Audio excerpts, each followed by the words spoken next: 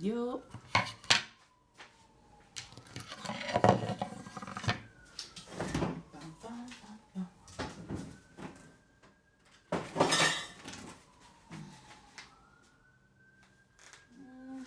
Gotta use those by tomorrow.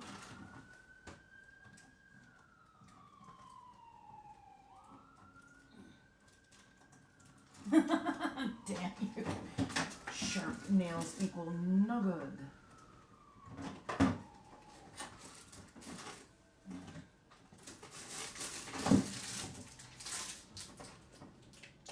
Actually,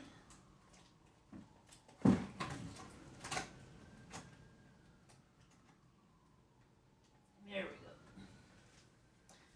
Hello, hello, hello. Sorry, grabbing some stuff.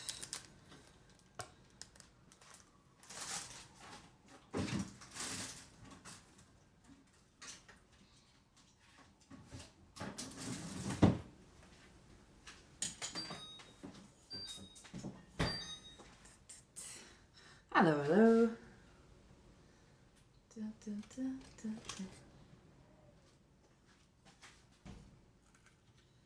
How's everybody doing?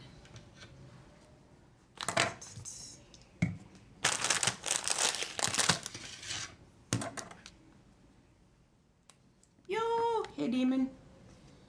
How you doing, darling?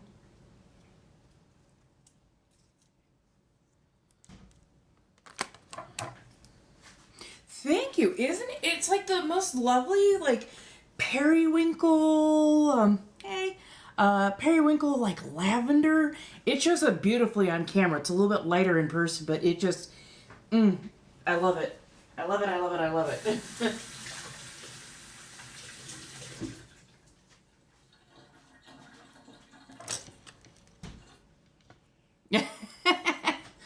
That's a good thing. Looks pretty decent in here. Hey, how you doing, B? So we're just making some ramen, and then we can go and do tarot card readings. They are 5 per, blinks are in Lio, all that kind of good stuff. And I desperately need to get the nails redone, as well as, you know, putting some stuff towards rent. So all that kind of, yay, fun.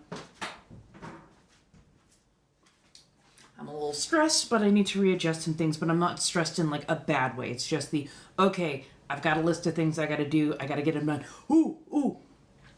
I got phone calls done today. I got fucking phone calls done today. So I needed to make a doctor's appointment. I've been needing to make one for a while. And I had called a little while back to the place that was supposed to be my doctor's office, and apparently they haven't taken that particular insurance that I have for years, which meant I was going to have to call, you know, Medi-Cal and like, hey, WTF, I'm going to need like a new doctor or whatever. So I was like, oh, this is going to take hours. Called in and was able to get them to change doctors into one that was not only like literally closer, almost walking distance from me, but they also got me set up for an appointment in about a week. Usually it takes like 6 weeks to a month or more, or I'm sorry, 6 to 8 weeks to like get for a new patient. They got me in a week. So yeah. Oh yeah, I've been hearing that too. Like that was the other thing I was worried about, is that they'd be doing like major revamps and that I'd be like suffering through that bullshit. And somehow this call only took like 30 minutes. And I'm like, okay. And they're like, okay, we can get you in like a week if that's okay. I'm like, I'm okay with that.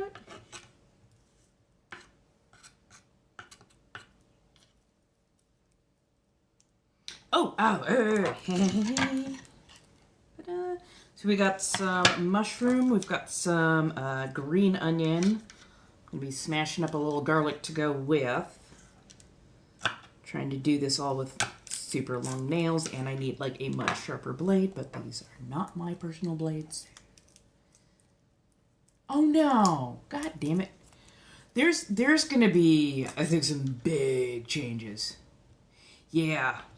Well, and the other thing was, I was like, what about my, dental? Because I do technically still need to see a dentist for some stuff. So I'm on Medi-Cal currently. We're going to see how that all goes. It's a real pain in the ass, but I am at least in California, so that's helpful. Yeah, LA Care. I had LA Care for a while, and I wanted to just bang my head on a fucking wall. It was awful. Just, we'll cover everything. Oh no, we're not going to cover this like $500, test that you need to do. I was like, are you fucking kidding me? So yeah, I'm a lot more relaxed in my new place. It's clean, it's safe.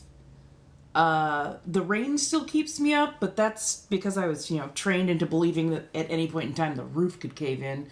The only problem that I had, the moment I let my landlord know, it was like taken care of. Like within a day, they were working on it, getting it covered, like making sure that shit was good. I'm like, fuck yeah. Really? We've got nothing but clouds and high winds today. It has been fucking weird. So, like, I heard rumblings that they were gonna change things around a little bit, but I mean, it's there to keep you from completely unaliving at a good pace. Like 92. Oh shit, no. Oh, and you found it. Well, hopefully you found a snake outside. That's where they belong. Outside, not inside. Not inside. Let me see. Usually I have my...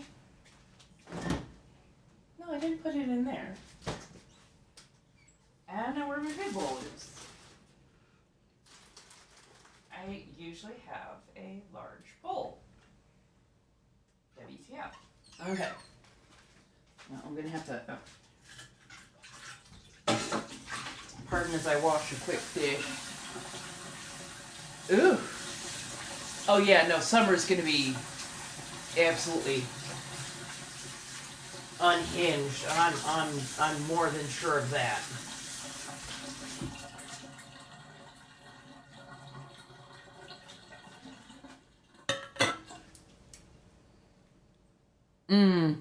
Fair enough.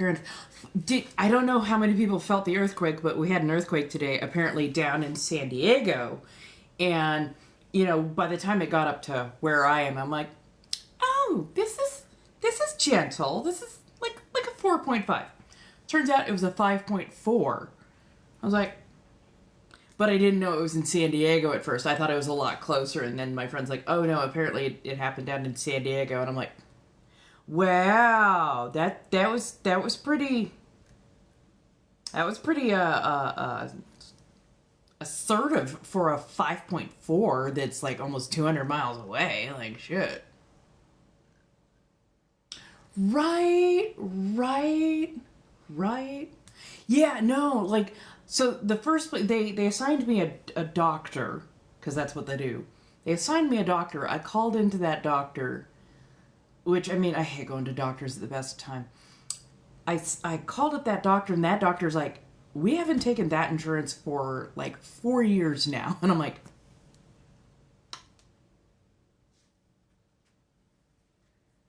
okay. So let's see, we've got mushroom, we've got green onion, I've got an egg. We're doing the original spicy burdock. That champignon that I got, so good. That spicy seafood flavor, like, worked really, really well.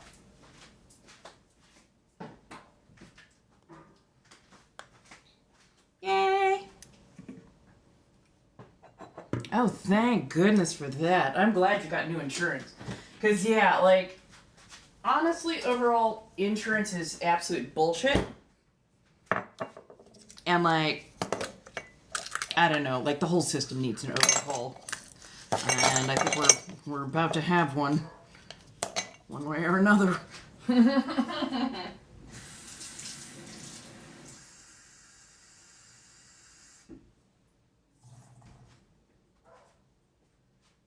Hello. Hello. Okay. I've got to get some plastic zipper freezer bags? That's what I'm thinking. I need to get freezer bags tomorrow so I can butcher out that duck and divide up the shaved meats.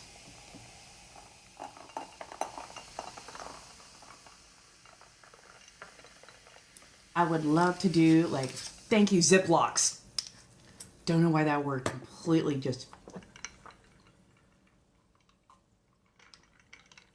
If anybody would like tarot cards, let me know. We can get those up and running very shortly. I'm deciding what else I want to put in the bowl.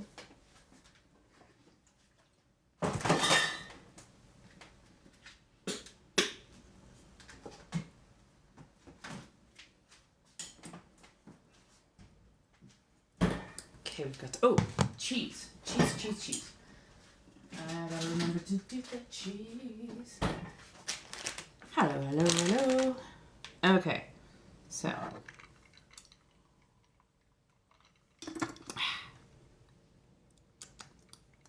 It's a lot like ramune, aka Japanese Sprite. Kind of soft, almost melon-ish flavor, and it's fantastic. They have not, like, really looked at what poverty or living is in, like, over a decade. Like, I am living in abject poverty right now.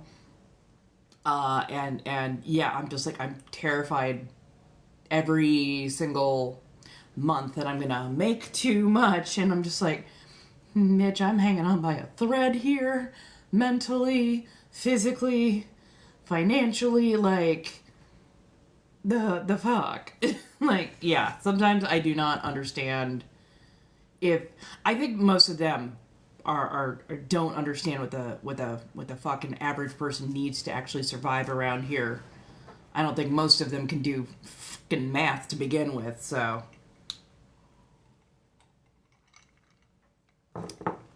Like, there needs to be, at this point, I'm just saying it, we just need to do a big-ass general strike, because the way everything is going right now, it is not sustainable, and it's gonna get bad. It's gonna get real bad real quick. So, okay, but focus. So we're gonna add some cheese. I've been drinking a lot more tea because coffee is just not it for me right now. It's turning into springtime, what can I say? And right now I am doing a little hata tea, or I'm sorry, hata soda. So much like ramune. Oh yeah. We're gonna be putting a big old glomp of kimchi in there.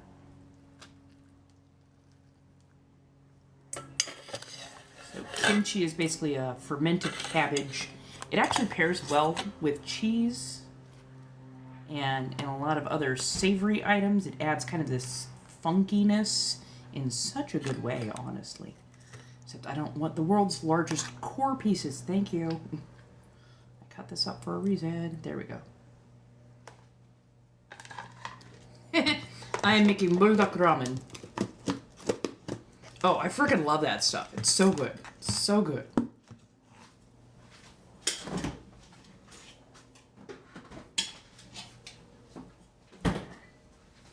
Yeah. So,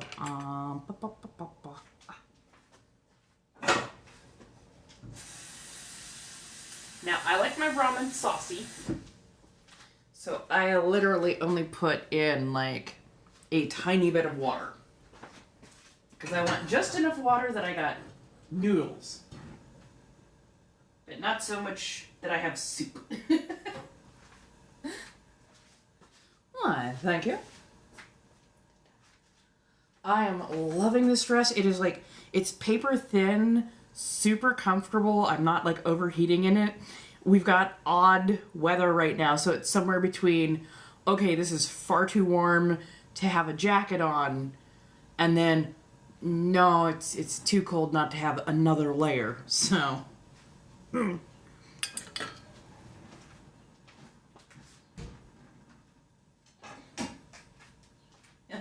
Baby pan. Oh, no. Actually, baby pan will be last because egg doesn't take that long to cook. Y'all. That part. I think we were in like the mid 60s, but the wind was unhinged. I'm like, Santa Ana's, is that you? I know it's not the NorCals because it doesn't stink. If you're Southern Californian, you know exactly what I mean.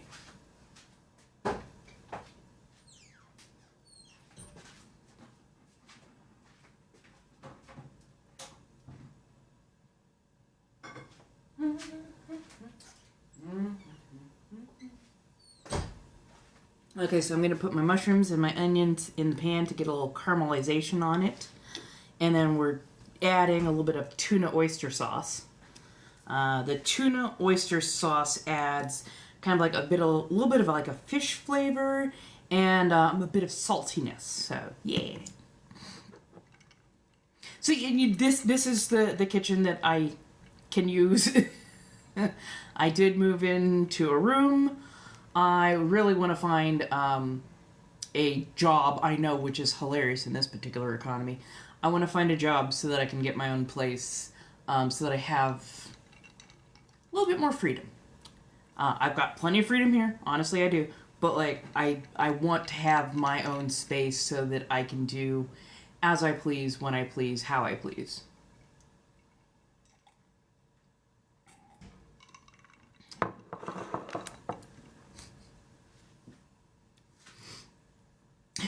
Yay.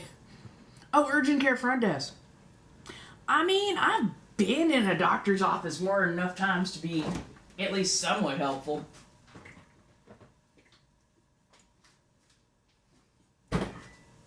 So yeah, because my car's a little, I'm trying to also now look for like a work from home or something where I don't have to do a lot of stop, start. I'm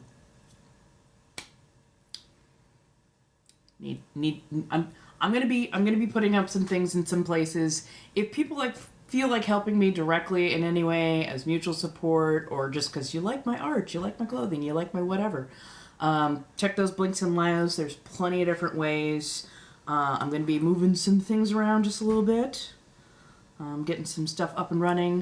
But yeah, you're not wrong. I've done customer service rep before, so I might actually apply for those as well. But yes, these need to get filled soon, or else I'm gonna lose structural integrity, which would suck. And I really want to do. I want to keep doing like the ASMR and other stuff. I'm finally sort of getting out of my own head. I have worked hard on myself this last week. I've worked really hard on myself this last week, especially.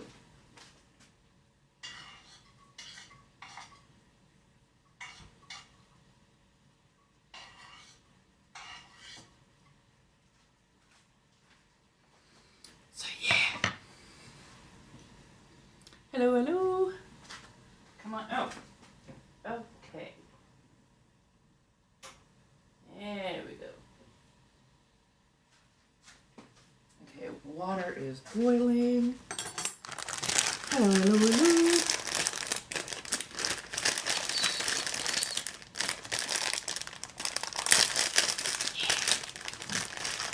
Woo! And I gardened. I gardened hard. I gardened hard enough that I've actually told myself that I'm going to be sober for like the next several months. Because I had already kind of decided to step away from gardening just a touch because I was becoming far too resistant to the kale, as it were. And oh, jeez, seriously? Oh, that's water. But yeah, I was just like, okay, we're gonna take a little step away, and then I went over to a friend's house and woo, we gardened. We went from 0 to 60. Pretty sure I saw the inner workings of the universe and experienced all time at once.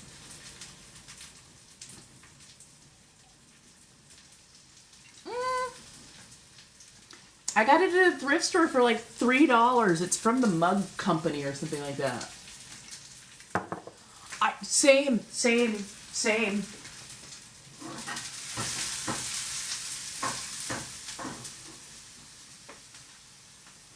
Gotta put in. Let me put this all in. Flake goes on top.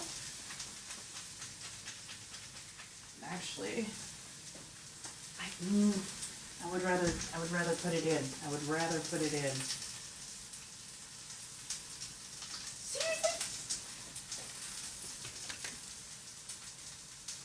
Seriously? Right. I like mine spicy.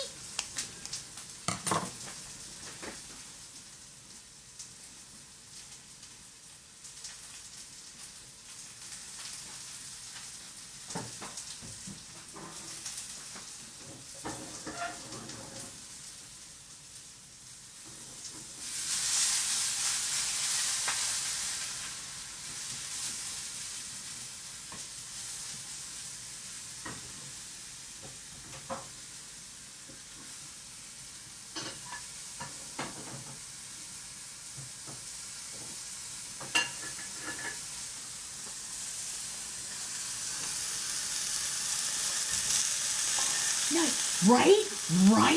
Aren't they fantastic? And they go well in soups. You can give them a quick, fry up in a pan. They go well with soup. Like, there's so much right about rice cakes. I'm like, if American rice cakes had been like this, I would have eaten them all the time. I am making spicy ramen.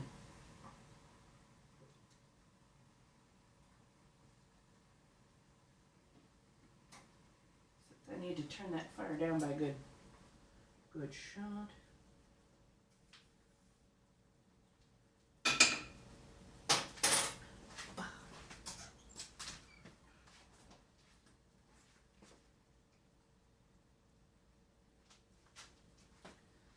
Touch of oil.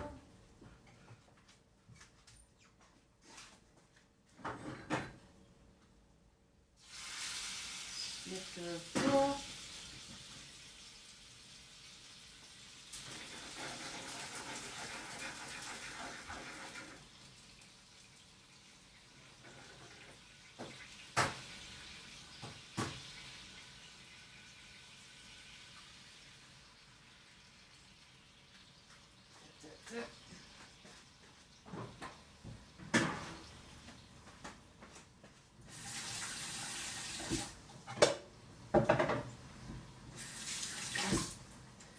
Hello.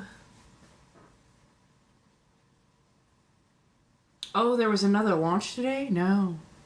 Yeah, I moved in beginning of January. Same. I'm doing a bit of burdock. We're adding some cheese.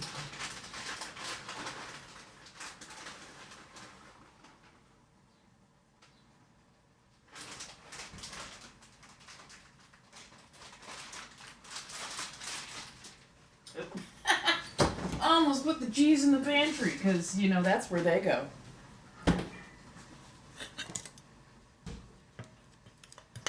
I'm going to put this here mostly because I'm going to put that on top.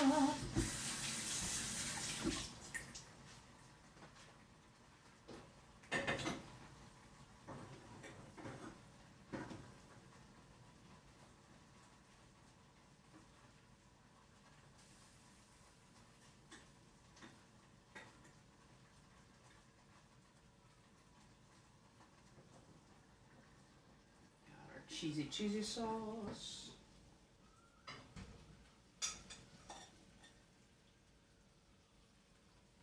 Bastard splattered me. Let's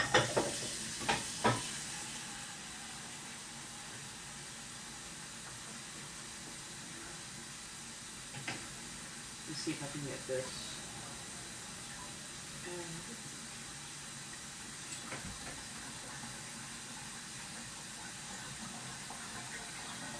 Trying to get it to loosen first.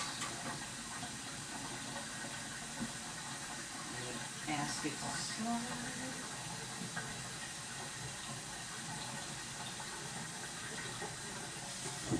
We're gonna stick around. We're gonna actually eat it just a touch. Thank you. Hello, hello, hello. So we got a lightly simmered egg.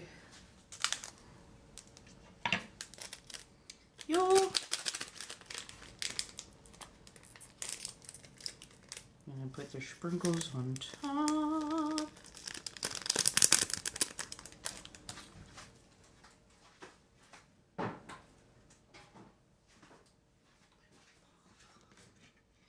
Hey, really? Oh. You can do it. I have faith in you. If nothing else, like just make an attempt to make a little something.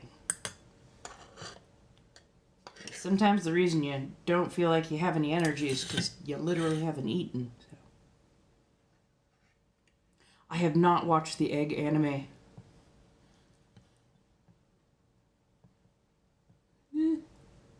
Trying to arrange things to look nicely, darn you. Is it good? Is it funny? What's going on with it? Same. I have been ravenous. I have been absolutely ravenous.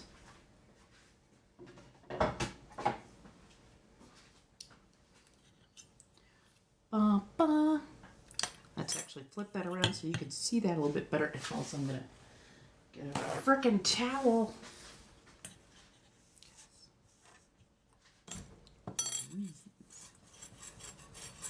Oh, I swear that red sauce is just... Okay, so let me flip you around so you can see it. So we've got ourselves some egg. I got the sesame and seaweed over the top. I got some caramelized green onion, some mushroom, a little bit of kimchi, and I added some cheese to the sauce.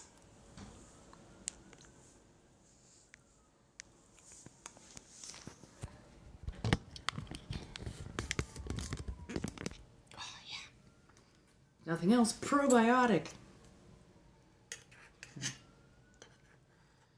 Yeah. Hello, hello, hello. Welcome.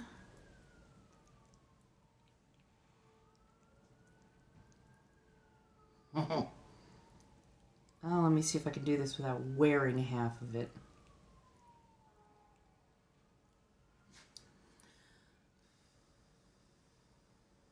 So I added this, which is a tuna oyster sauce, and then yeah, it's bulldog, and then to that I also put some of the spicy sauce. So yeah, I add a little bit of seasonings here and there, but bulldog is really good at being very flavorful in the first place, so you don't nearly have to put as much seasoning on it. Unlike, and like no tea, no shade for anybody who likes these brands, but like Cup of Noodle, Maruchan, like they give you like a soup stock, but they don't give you like a sauce.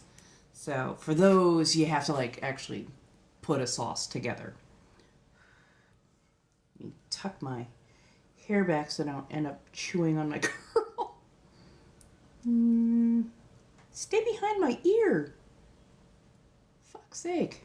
There we go. My curls refuse to listen today. Like, nope.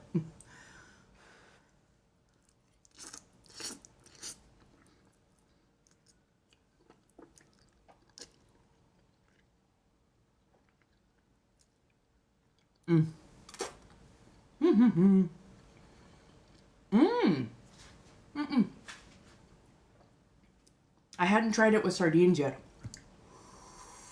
Oh, I love that sting. I love that initial spice. I've had it with shaved pork. I've done it with oysters before. That was so good. I've done it with, let's see, crab. I was thinking of doing it with mackerel, but I had not yet thought of doing it with sardines. That doesn't sound like a bad thing at all.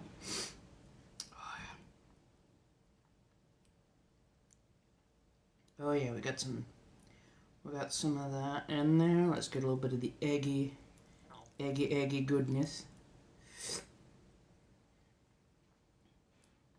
I'm drinking Hata soda.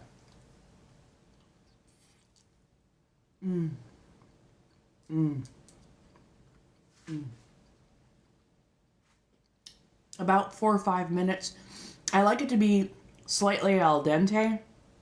And I know if it's going to sit for any amount of time, like in liquid, it's going to continue to soak up and cook just a little bit longer. So I try not to overcook it. Because I am so texture driven. Oh, heck yeah. Heck yeah. Honestly, a good salted mackerel or a good pike mackerel is so fantastic, gently oily. It grabs at that kind of char flavor real quick. Oh, I love that stuff so much. Hey. Yes, everybody get something to eat. Even if it's like just a little something. Even if it's a packet of cheap or inexpensive or not so great, get something in your system, please. Have a little something to eat, have a little something to drink. I think I drank at least 4 or 5 cups of, like 4 or 5 mugs of just pure, lightly sweetened tea today. Like, have not been going heavy with the sugar or the salt. Mm. Mm. Mm. Mm-hmm, mm-hmm, mm-hmm. Mm. Mm.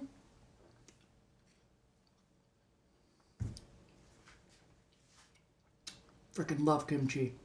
Mm.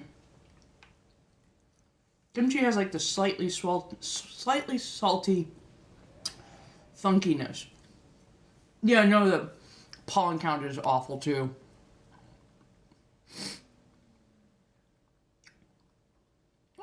No, that makes sense because they're a wonderfully oily fish.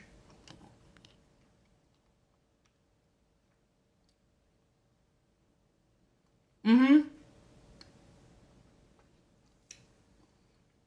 Don't worry. So I moved from the place that was in Long Beach. This is my new place. I'm renting a room. But yeah. No, I refuse to do diet culture anymore. I used to do diet culture way back when. I've always been heavy, and I was forced to go on a lot of diets to get my weight down. They kept ignoring the fact that I had Hashimoto's, polycystic, and hypothyroidism, so diets didn't do me a damn bit of good. So I don't put a lot of water in. I put maybe like a bare minimum of like an inch worth of water. That is it. Just enough to barely cover the noodle. And then I simmer from there. So yeah, no, I don't have hardly anything to pour off. And then I usually add in either egg after the heat's been turned off, either whip in an egg or a nice handful of cheese. And that helps to make it a thick, creamy sauce rather than a thin soup. Because I'm not a real soup lover, but I love a good sauce.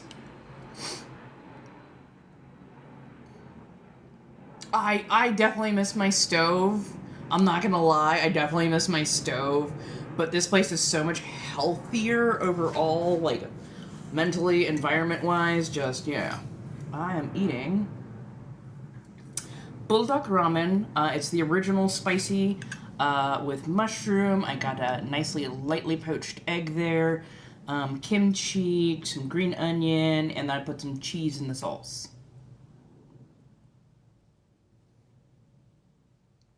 For 15 years, my doctors just kept going, oh, you need to lose weight. You need to lose weight. You gotta stop sneaking food.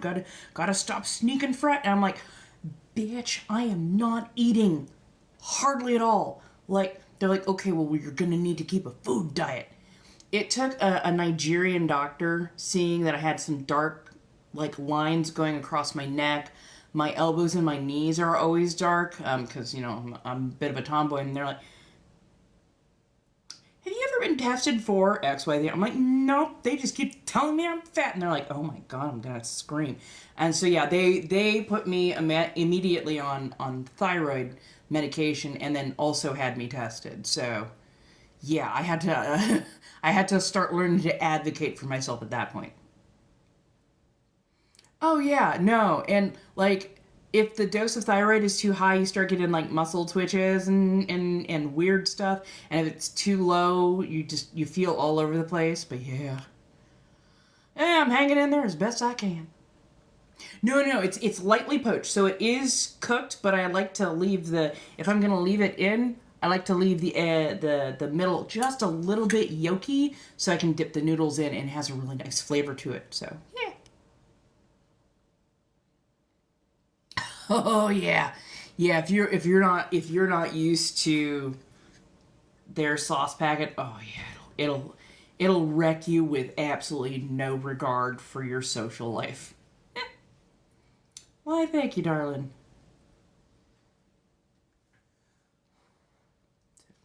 Jimmy. Hey, Haj.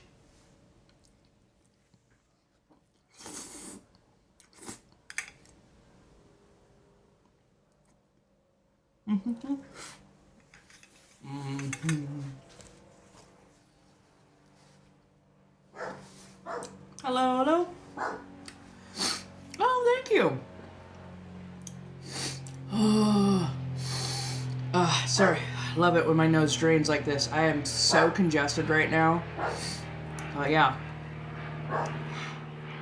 I'm eating. I had strawberries earlier on. I'm trying to remember what I had for breakfast. I had a very, very light breakfast. A little bit of coffee today, and then just a metric shit ton of tea.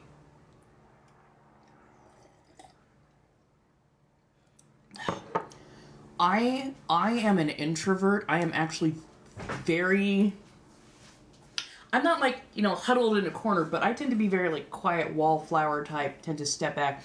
And it has been a struggle to be more assertive, because for a long time I was concerned that I'd be taking up too much space, that I'd be too loud, that I'd be too myself, and people, but like, I am at the stage where,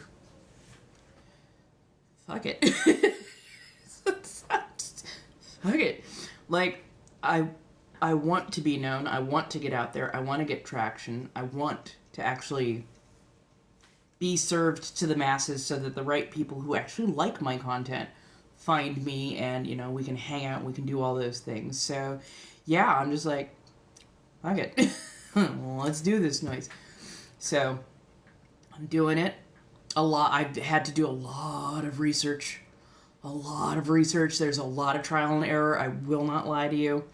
But yeah, like, do it.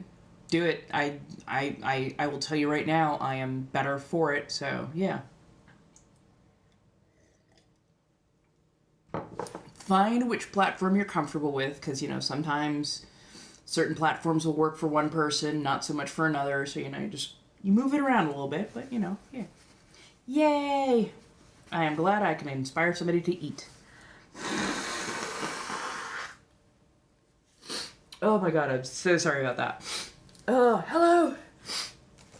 Sorry, eating super spicy ramen, so yeah, my nose is draining.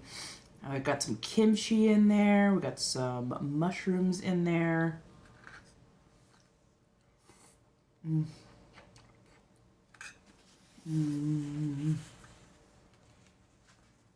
It was. Oh my god. Pollen has been awful, so like I've been like super like just clogged nothing was like moving, but just stuffed up, especially here and here. So like,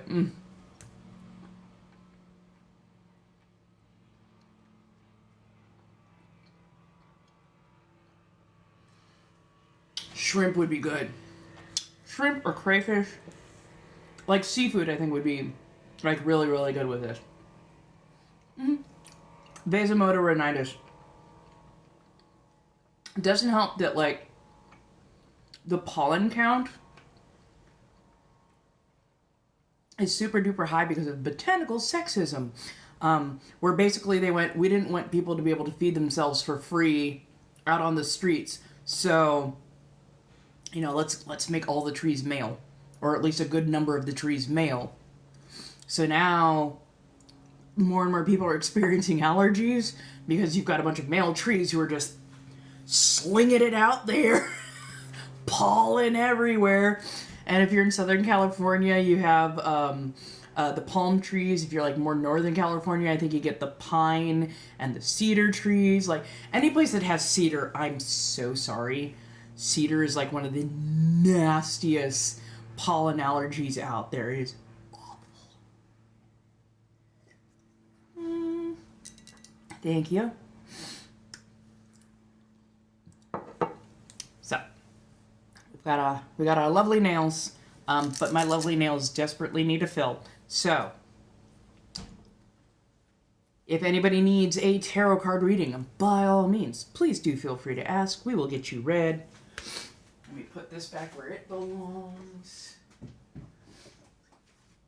Overall, to get my nails done at this particular length, because I get a little bit of art to go with, it's about $120. That includes the tip. I'm so sorry. ASMR. Anyways. So yeah, I need to put in for that soon because I am starting to see some mild separation, which means I'm going to be losing a little bit of nail integrity. Honestly, that's about right, for at least for Southern California. Yes, no, I'm with you. I back in the day, like in the 90s, in the early thousands. Yes, absolutely yes, I'm with you on that.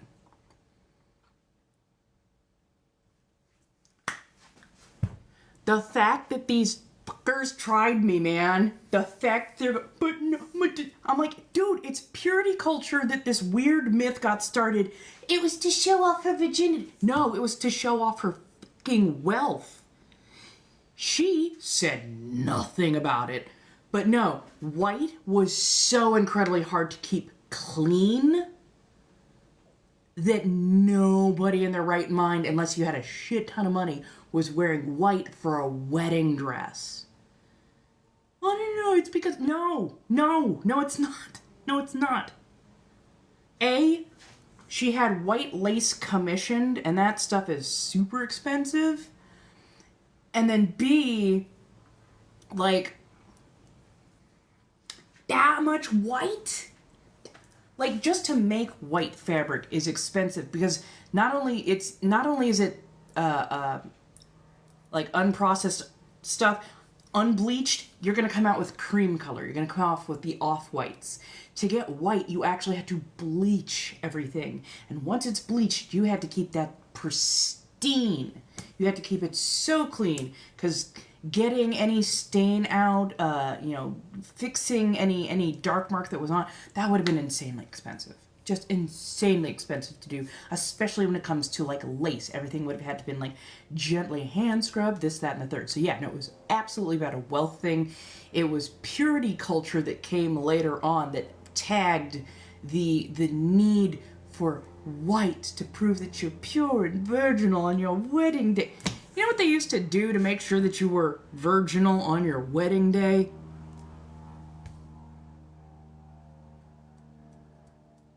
A priest. A priest.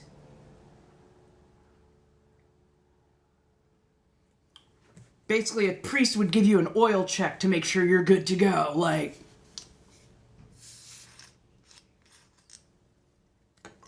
I'm just saying. So yeah, like, the fact that they were trying to fight with me, I'm like, Okay, clearly we haven't met, or else you'd know that I'm a hard-headed bitch. Right, right, right, right. That part.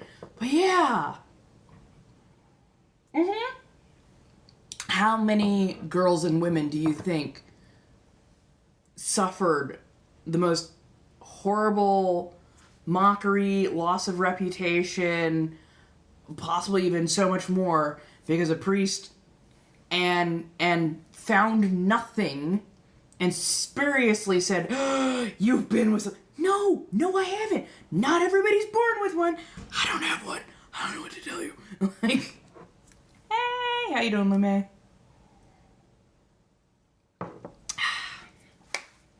Oh, I'm gonna grab a little bit more ice. A little bit more ice.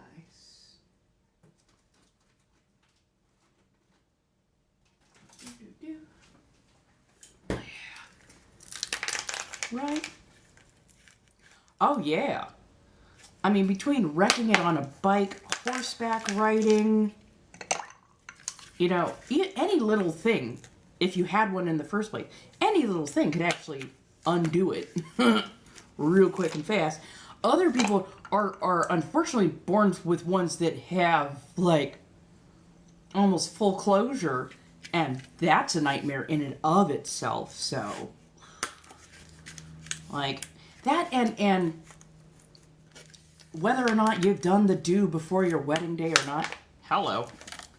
That has no bearing on how good a person you are or how not good a person you are. And here's my whole thing, and this was pointed out quite some while ago. If somebody touching you can make you dirty, how dirty are those people to begin with? How come they aren't treated with the same, you know, ew, you're dirty, no, go away. No, we're the only ones marked up. We're the only ones. Well, that, and if you eat one sausage, the same sausage, every day, you're fine, you're clean, you're pure. But if you have 100 sausages over 100 days, somehow that's... The different sausages are gonna wear you out, but not the same sausage every day. Like, I'm just like, the logic isn't logicking. Fuck it. I'm just saying. Hey, how's everybody doing? I'm just saying. People should not be ashamed to explore and understand and find out what they like and they don't like, because honestly, the last thing you don't want is to get locked into a relationship with somebody you're not actually compatible with. And if, oh yeah, is his signatory, but it makes you go, oh no. You don't want to be locked into that. I'm just saying. Spicy bulldog ramen. We've got some egg, onion, mushroom, and kimchi with it.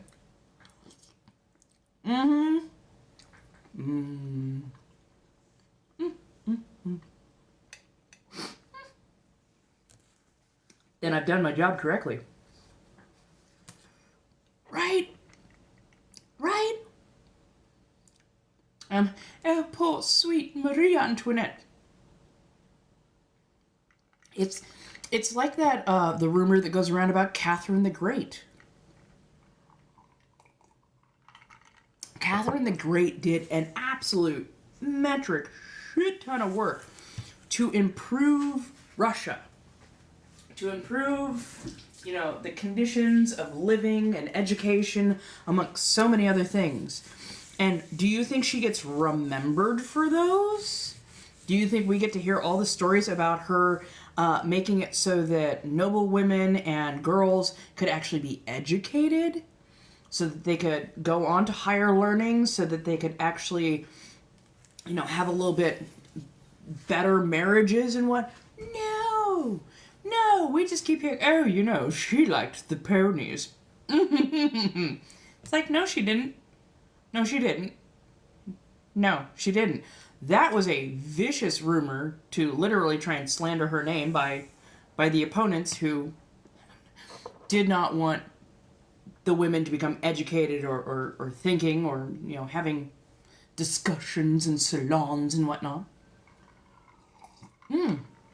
Having some bulldog ramen, the original spicy. I threw in a handful of cheese, added some kimchi, some egg, mushroom, and green onion.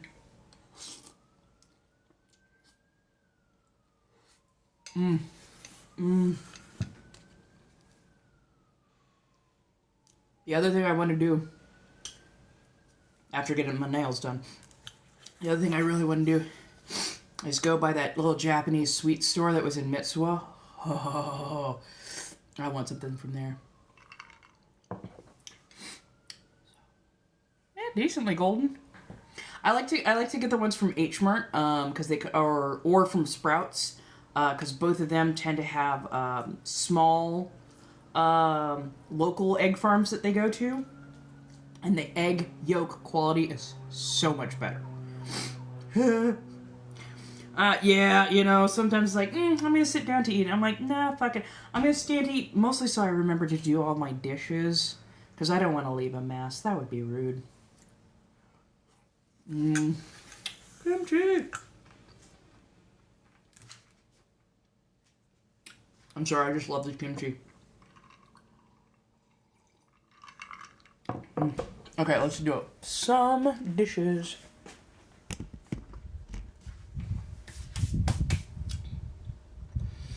Ooh.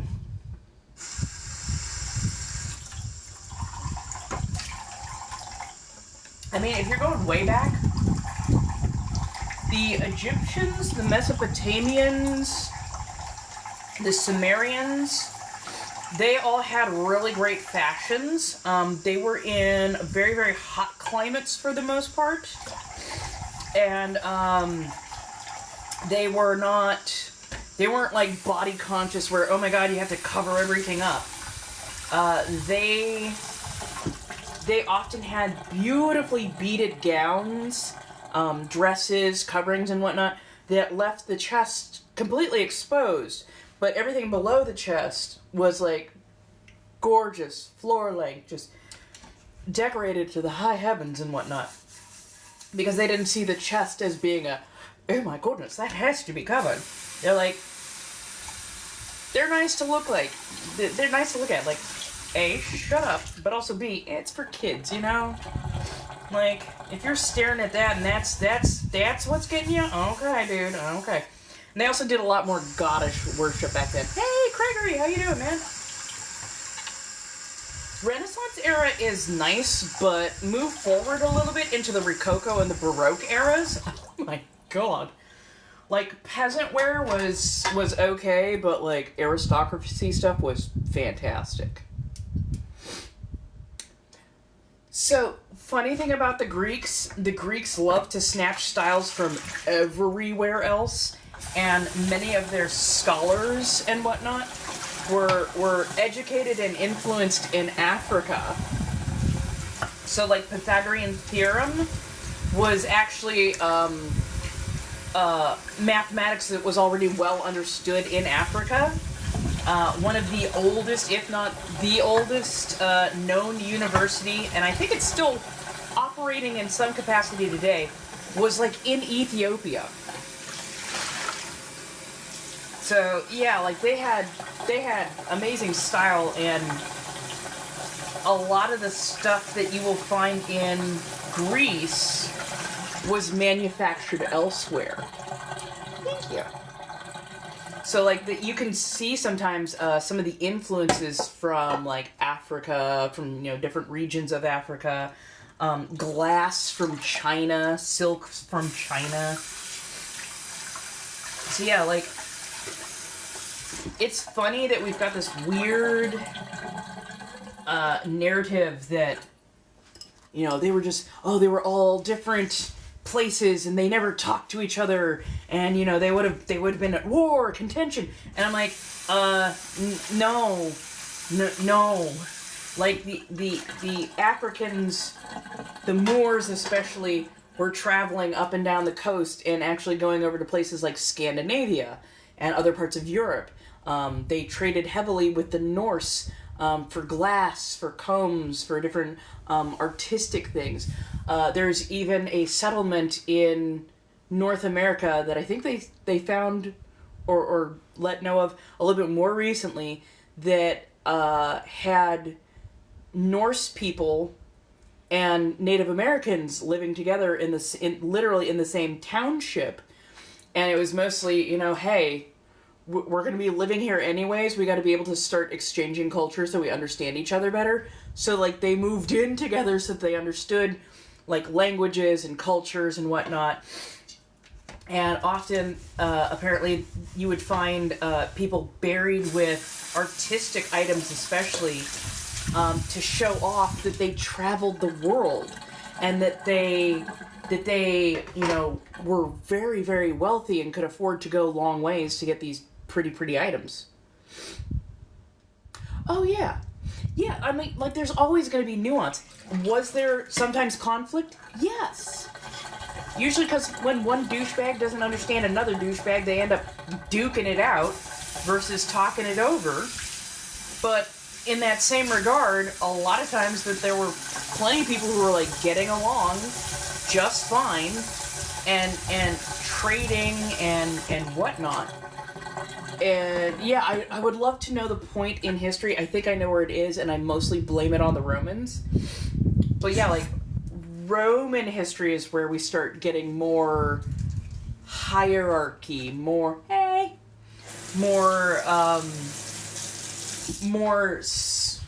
like class striation.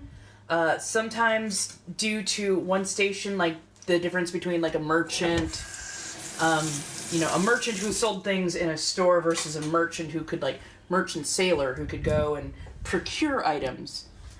But of course you always had to have those striations because they had yes, exactly, because they had colonized their neighbors. And when you colonize the neighbors, but you still want to retain your own power as the person in charge, you have to put those neighbors below you. And you've got to find ways to make the differentiation between yourself and the neighbor that you colonized. And so for that, skin color or cultural adornments are the easiest ways to tell people apart. But when you just have everybody just, doing their thing, and everybody just, like, trading back and forth, stuff tends to go a lot more smoothly. I'm just saying. It's not all fun and games, but, it tends to be a lot smoother. But yeah. Yeah, so far so good. The day is going decently well. We're having some ramen.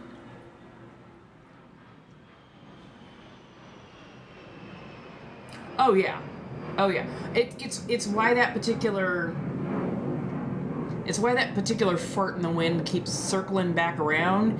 And if you've ever noticed that the people who like that particular sniff, they keep bringing up that empire. And it's like, okay, you just told me where you got that from. Great.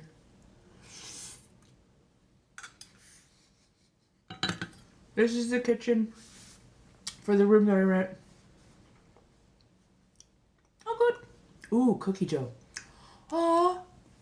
What flavor of cookie dough are you making? Regular sugar or something else? Fuck yeah. Have the ramen. Everybody get something to eat or drink, please. Stay strong. It's all we can do at this point.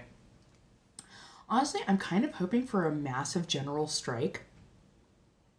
I'm just saying at this point, that's about the only thing we can do.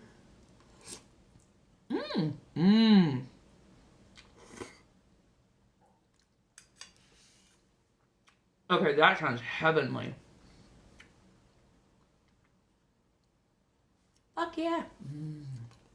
Oh, I love that spice. Ooh. I love cinnamon, nutmeg, clove. That sounds fantastic right there.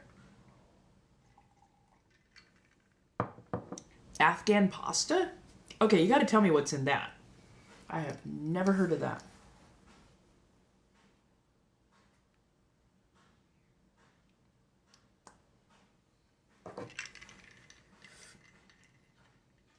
I'm gonna go set these down. I'm gonna be right back for you, kids.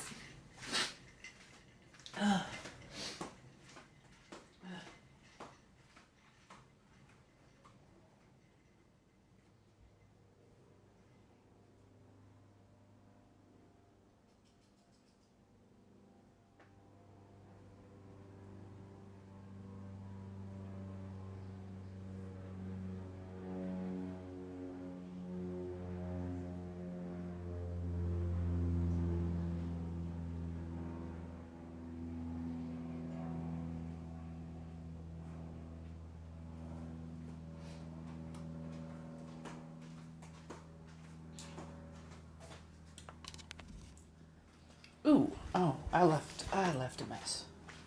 Did not see that. You.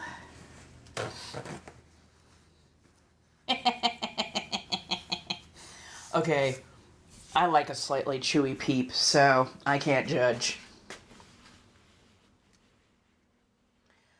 Breathe.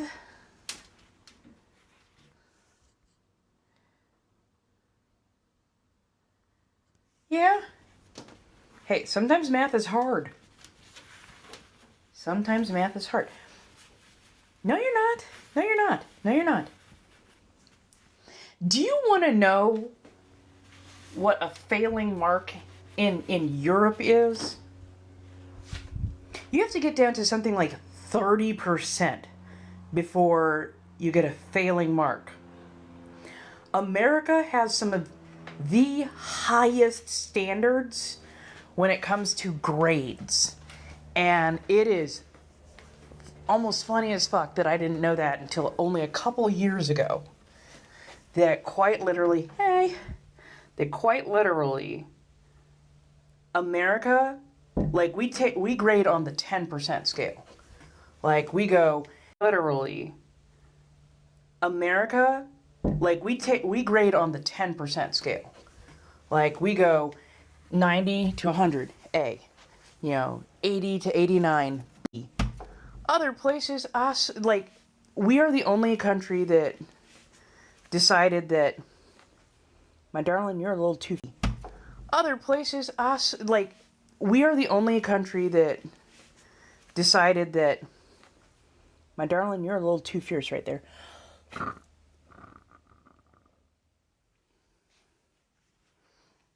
America decided that,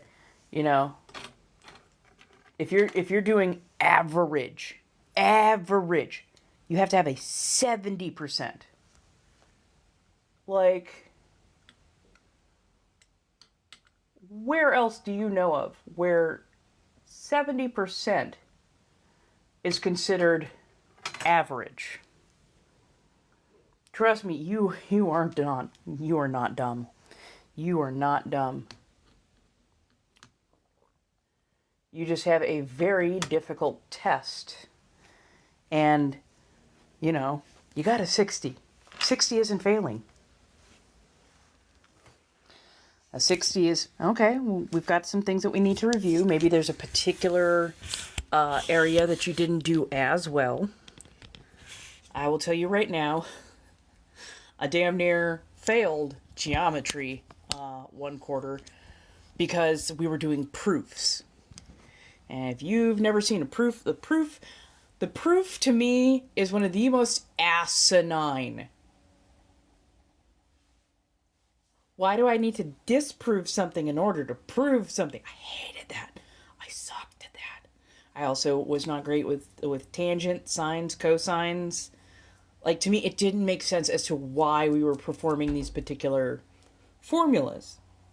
So I had the worst time. On the same thing, still in geometry, give me angles. I can figure out the angle of a triangle. I can figure out all three of them all day long. Not a problem. You give me any number of things to compute. I can do it perfectly fine because it's hard numbers. It just, it just makes, perfect sense because you're always staying within 360 degrees. It always has to add up to 360 degrees when it comes to, like angles of something. So if you know one, you probably know the other. You're good to go. Like, Some stuff makes sense the first time around. Other stuff is going to take you days, months, sometimes years to figure out. And some stuff never makes quite enough sense, you know? Like, I know I'm never going to be an astrophysicist, but I did figure out a few things, you know, with algebra. But even with algebra, like 8th grade algebra, oh my god, I don't know how, but I scraped by with a C minus. Next year, had to take it over again. Part of it was point of pride, part of it was I actually sort of liked math, and I didn't want to be, like, I didn't want to fail it. I didn't want to, like, continue failing at math.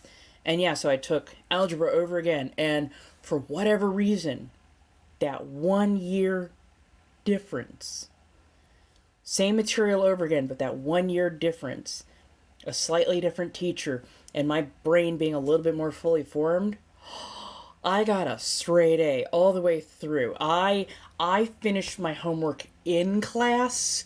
Like, they was like, okay, so this is what our, you know, our math is going to be. And I'd be like, yeah. Because, you know, it was only maybe 15, 20 problems. And half of them I could do up here now. So, yeah.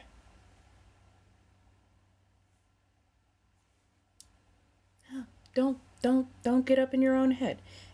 Always ask if you can retake or make up a test. And don't fret the small stuff. Figure out the portion that was the most difficult for you. And then go back, and that's the stuff that you review.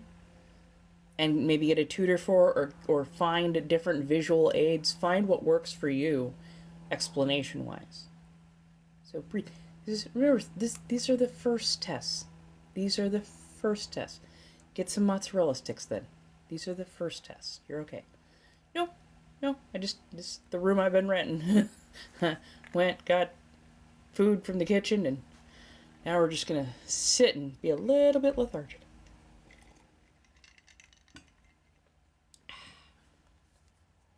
Yeah, let me... Right. Yes, so I did an ombre effect, but I've got enough base nails showing now that I'm like, I'm gonna need to get these redone soon, or else I'm gonna lose structural integrity. And for me, press-on nails do not work. I'm a little too rough with my hands, as it were, and I snap off press-on nails in my sleep, quite literally. So, yeah. Well, it's not my kitchen, but I can go live cooking since I'm going to be doing these earlier. I can go live cooking a little bit more often. And you know, hang out in there, and that's what we did. We had a little bit of ramen making.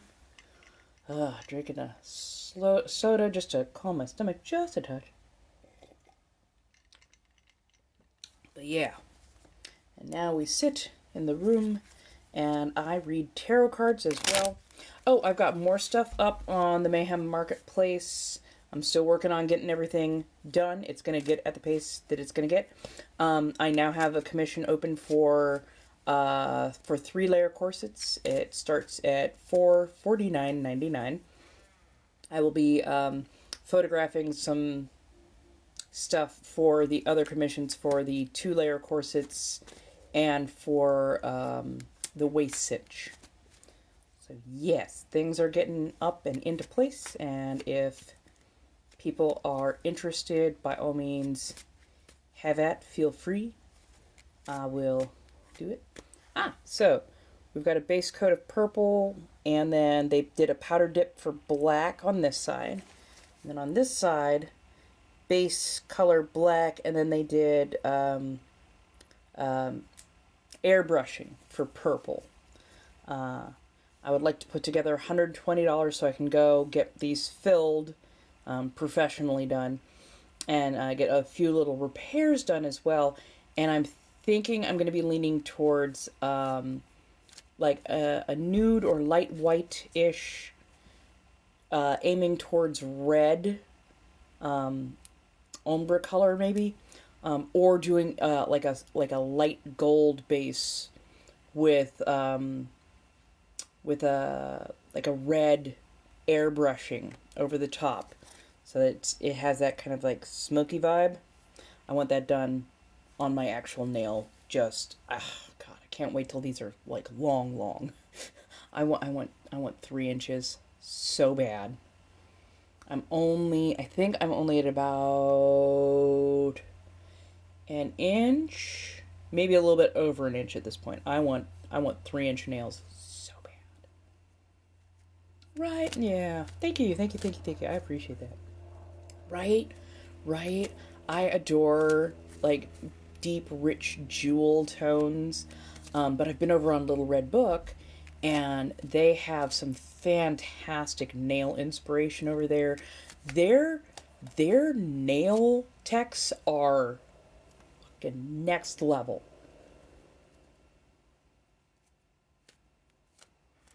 Ooh, I mean, there's a lot I could do when it comes to free reign. I would love, honestly, to do a courtesan style, in my brain, what I call a courtesan style corset.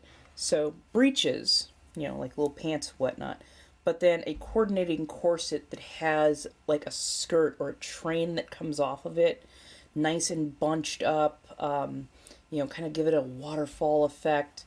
But yeah, something that would be ever so lovely. And then like do like disconnected, like a disconnected puff sleeve. Nice bit of lacing, maybe do some stone work across it. Get some drip with some like chain and purling, and just really have it just opulent, very baroque, very baroque. So 1700s ish, the baroque or the rococo style. I absolutely adore that kind of stuff. And yes, I would still have it be like a front lacing Victorian style pattern, but like I want to add the opulence of the Baroque and Rococo era. So like more lace, heavy embellishment with stone and pearl and whatnot.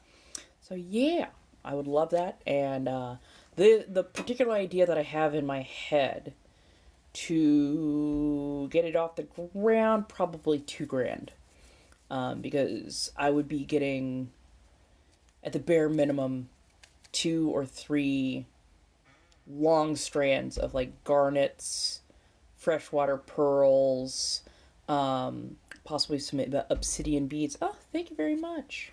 Yeah, no, you're super close. Hey, Miss Tyler, how you doing? Yeah. But yeah, I have got a lot of stuff that I've been working on. It's actually coming together pretty well. It's now just a matter of getting out of my own way. And the expensive part, yeah, one of the more expensive parts is the boning, because I use metal. I don't do spring steel, which is nice and floppy, but it doesn't do nothing to hold back the tides. I also refuse to use featherweight because that's plastic, and that shit's, I fucking hate that stuff. Hey. But yeah, like it would be steel boning. Probably going to be using oh god, let's see, with the pseudo skirts. Oh, you're looking at probably 5 yards minimum. And that's at something that's, about, yeah, bare minimum 54-inch wide. I'd prefer 72-inch wide. I can do some embroidery. It takes me forever. To do embroidery. But I'm willing to take a shot at it. If my time is being paid for, I'll take a shot at it. Beadwork is a little bit easier, to say the least. Beadwork is a little bit easier. And appliques make your life fantastically faster. But yeah. Yes! Heck yeah. Got some oracle cards? Heck yes. Hello, hello, hello, darlings. Come on in. If you need yourself a read, it's only $5 per card. It would be greatly appreciated.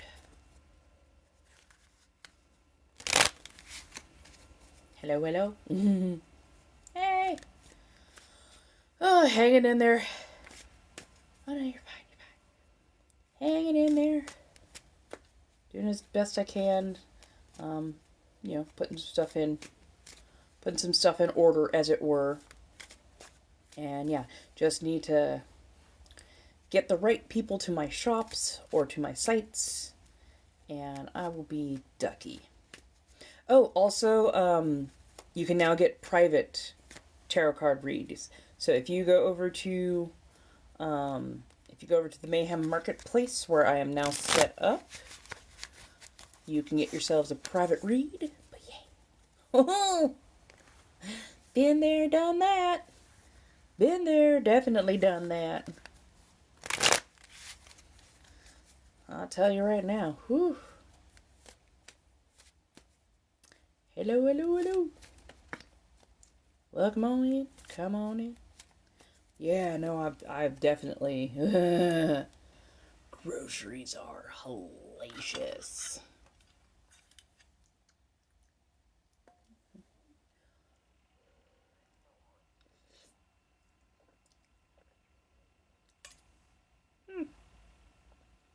Hello. How's everybody doing?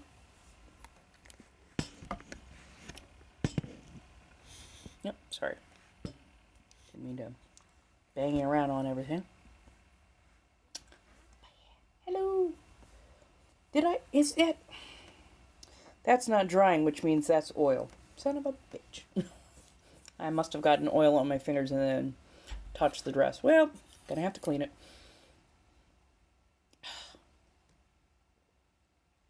You know, oddly enough, I haven't seen, like, any good movies lately. I've been mostly, binge watching this really fun... Oh, thank you, Miss Toad. I've been binge watching this really fun, mukbanger on the tube, Su Yang. They've got, like, almost 12 million subscribers. And this woman has a bottomless pit for a stomach. Just holy hell. What's rough D? I need more context, in other words. Sorry. But yeah, no, she eats massive amounts. And it's not like competitive for her. She just literally has the world's fastest freaking metabolism and has to eat a metric shit ton every day. So has made it into basically her channel. And she goes all over the place, has all different types of food, always genuinely looks like she's enjoying herself. So I absolutely love her. And she's very calming in a lot of ways. And just, yeah. Yeah. Tell me she isn't the sweetest. She's just so fantastic. I know I should probably, like, branch out into other things, but, like, she's my comfort watch. My weekend was busy, but good. I just watched the one where she went to, like, a Texas steakhouse, and the guy's like, yeah, do I think she can eat that all? No. At the end of it, I loved it. I love the fact that, like, she doesn't limit herself to the type of food or where she goes. She's been to, like, Hungary, Thailand, Indonesia, now the Americas. Like, she's been all over. She's eaten at Gordon Ramsay's restaurants a couple times, and actually met him once for when she was going to eat, like, pizza and whatnot. And he invited her back for when he develops other stuff, because he's like, yeah, not only it's not that you're just trying to cram down the most you can, you actually enjoy the flavors and you actually have, you know, good critique for it. So, yeah. It's, their name is Su Yang, Tzuyang. And they are a mukbanger from Korea over on the tube.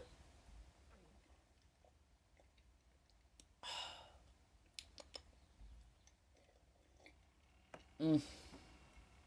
Oh, sorry, this is the Hatha soda. I'm not being paid. I'm not being paid. That just happens to be what I am drinking.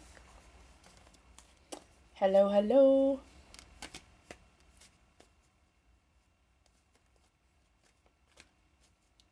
Okay, so I'm only on till about 6:45 today because I have a digital class that I need to take. So, yeah. How's everybody doing? Come on in.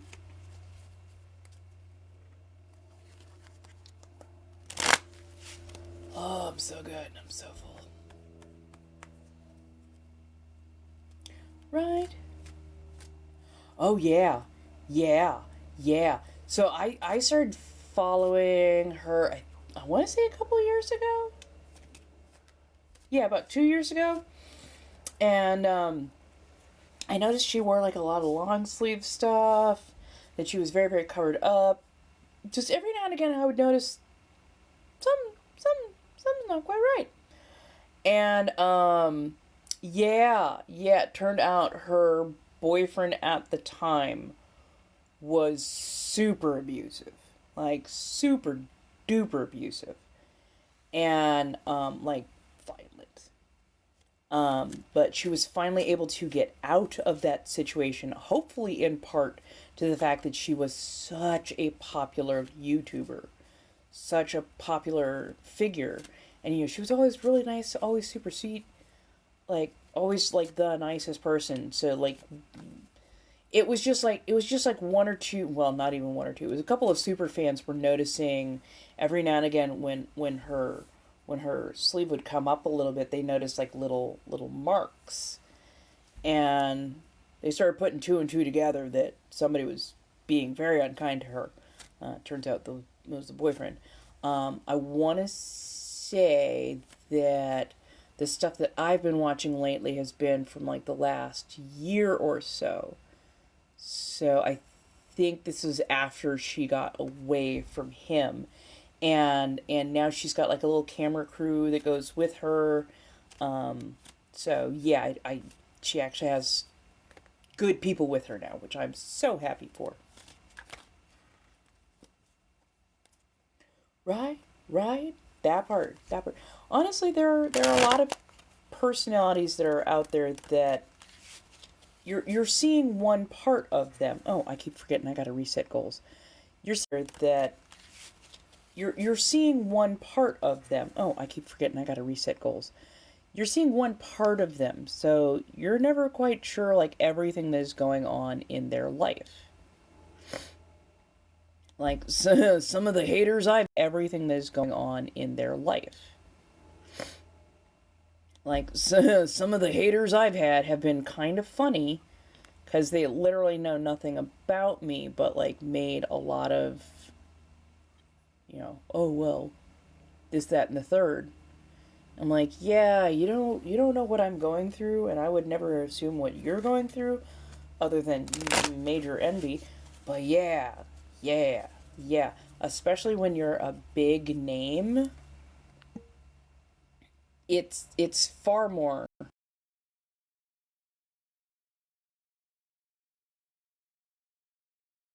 Never mind, we're connected. Sorry.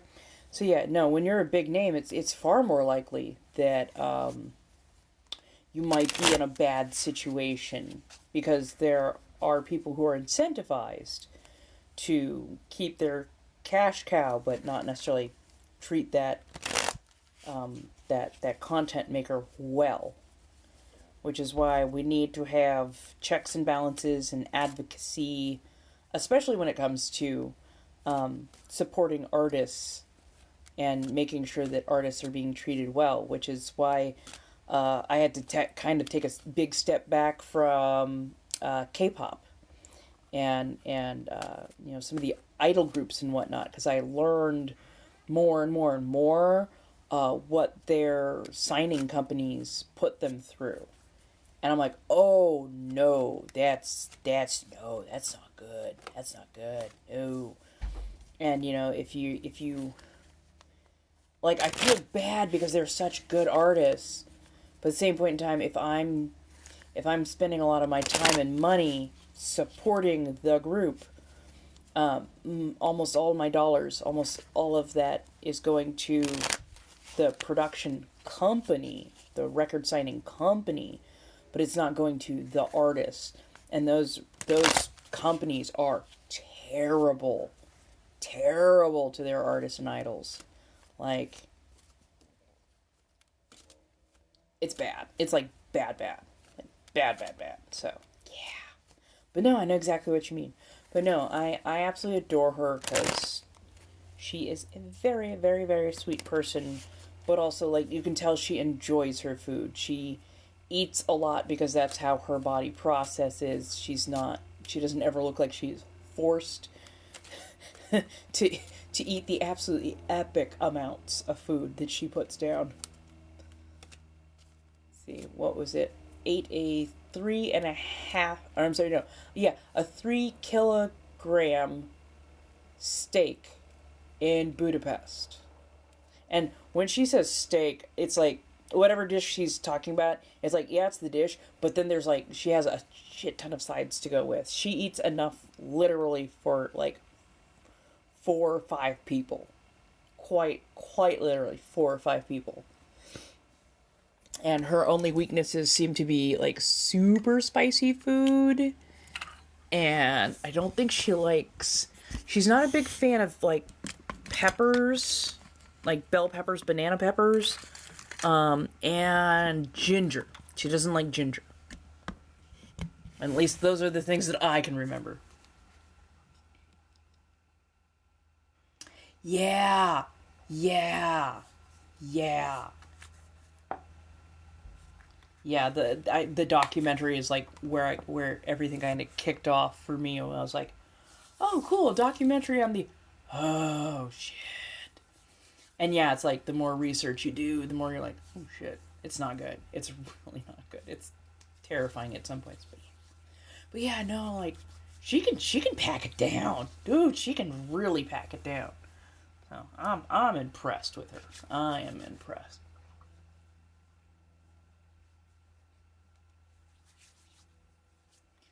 Sorry, I gotta make sure I'm actually getting some of these. I don't know why, I always get random dry areas. Ugh.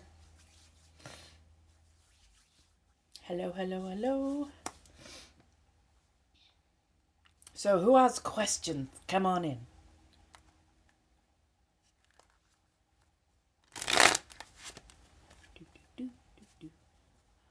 Welcome.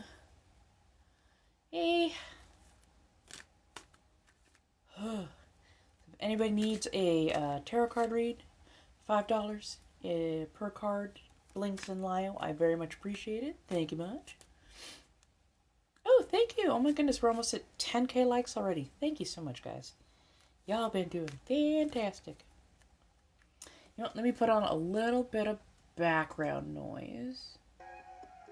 Nothing too loud. There we go. How's everyone doing?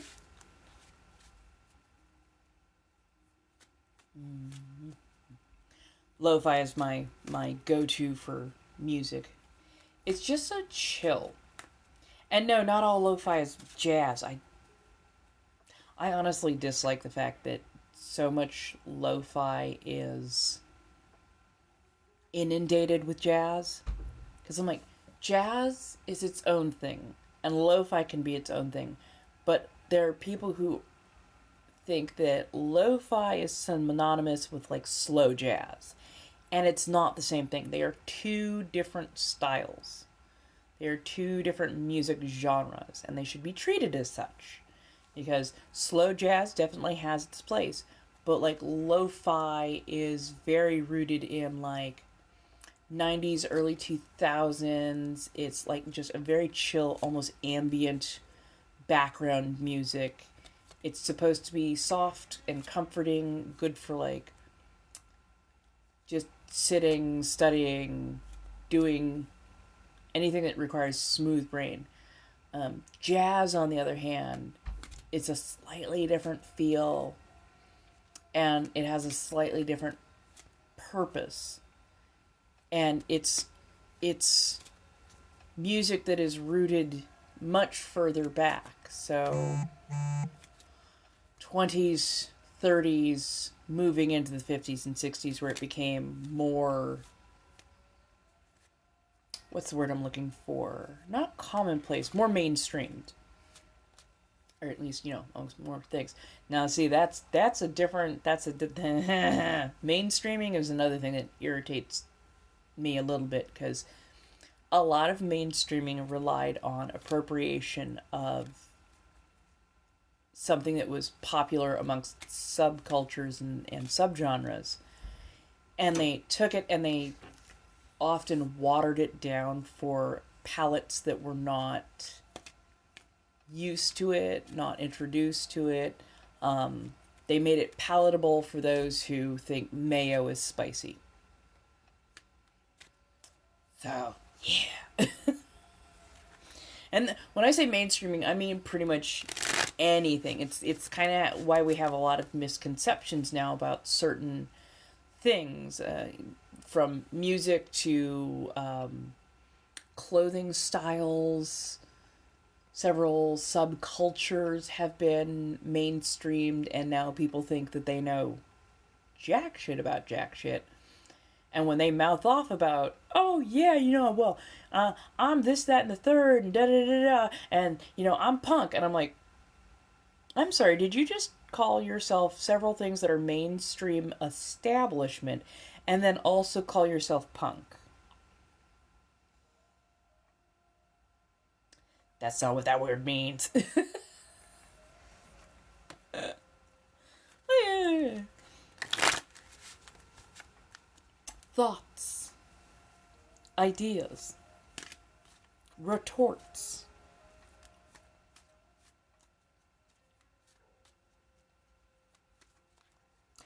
Ooh, I will say, when I get my nails filled next time, I will do an ASMR stream that night.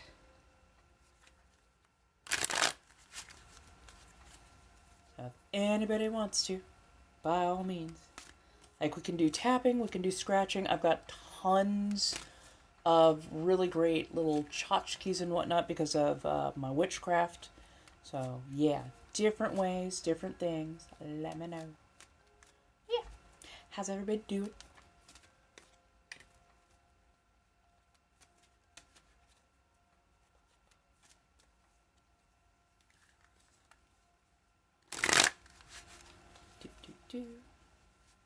And of course, every time we get 10K worth in likes for each step, 10, 20, 30, 40, I will do a free community card pull, so feel free to tap away.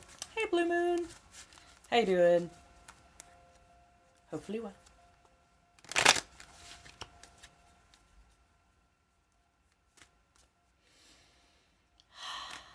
My nose is wonderfully clear. Ah, danke.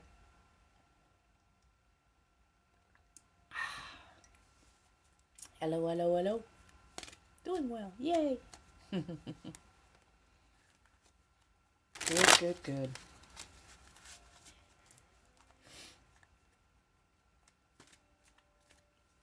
Trying to think.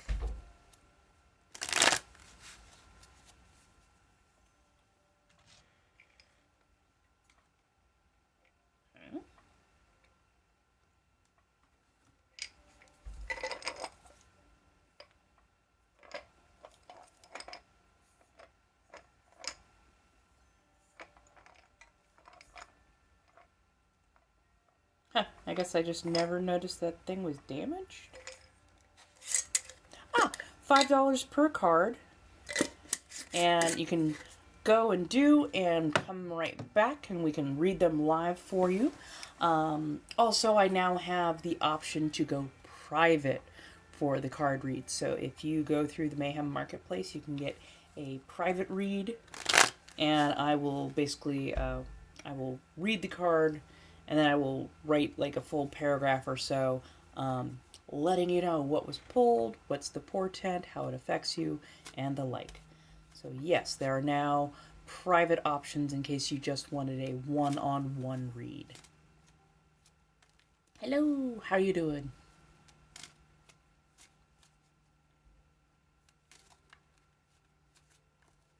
Oh, also Mayhem Marketplace, everything that you do through there, the artist is getting the proceeds. So they take a small, what do you call it? A small, like, subscription fee from the makers, from the artists, each month. It's like $5-10. And there's no listing fees. They don't take a percentage when we sell something. So if you want small artists to support, go directly, Mayhem Marketplace. Mayhem Marketplace is one of the new ones that is just opened up, and they are getting bigger and better every day. They also make sure that you're not a drop shipper. They highly discourage anybody doing AI art. In fact, I don't even think they accept AI plagiarism. So yeah, you can get goods, you can get services. There's options to trade and barter. So yeah, I'm thoroughly impressed with the way they got that set up. So yeah, how's everybody doing? Woo. Oh goodness, pardon, hiccups. Did I show y'all the I call them doodles, but I mean they are artwork. But did I show y'all the demon womb that I'm working on?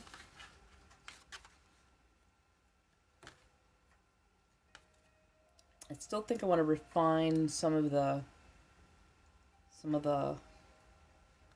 overall, but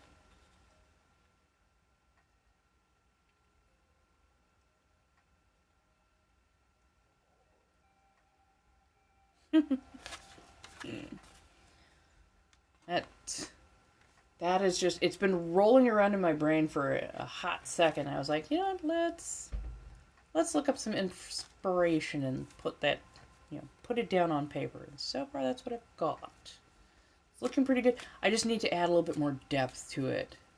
Yeah, a little bit more depth. Yeah, the proportions came out really well. Proportions can be difficult for me for some reason.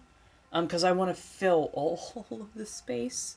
I don't know what it is. I don't like leaving a lot of open space for the most part. Yeah, I was like, let's fill the space, but not too much. And yeah, I got the proportions down pretty well. I think I might change the wing shape slightly and add just a little bit more depth in certain areas, because I'm like, shading's got to be a thing. And some of it is running just a little bit two-dimensional, and I'm like, something's not quite right. It takes my brain a hot second to figure those out sometimes, though. But yeah. I've got a good kind of... Got good iconography. Lots of subtext.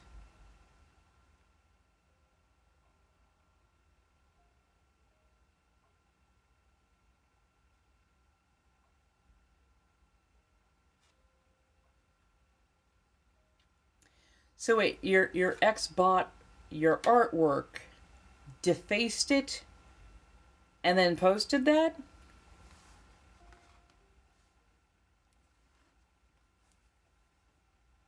I mean, that says a lot about the ex right there.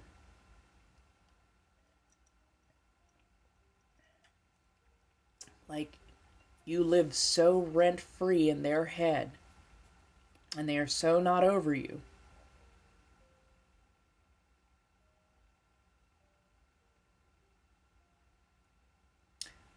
Wow, what a hateful little gremlin.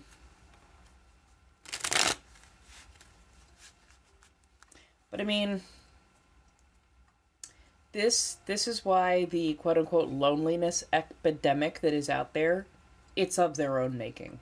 It is really, truly of their own making. 'Cause... Oh, yeah. No, and you absolutely have every right to be flaming upset about that, because That's unhinged. That is straight up unhinged.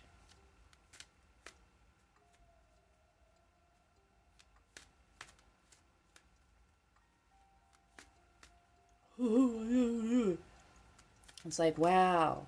I am so rent-free in your own head. I am so planted in the memory that every time you looked at this original piece of artwork, you just, festered, resented it more and more and more, until you're like, you know what I gotta do?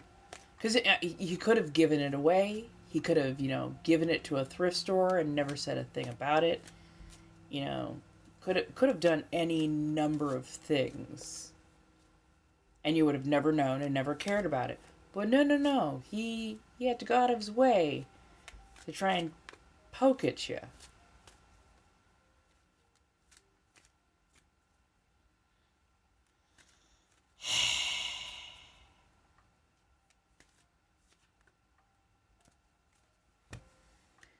Dude, I hope he gets the psychological counseling that he clearly needs.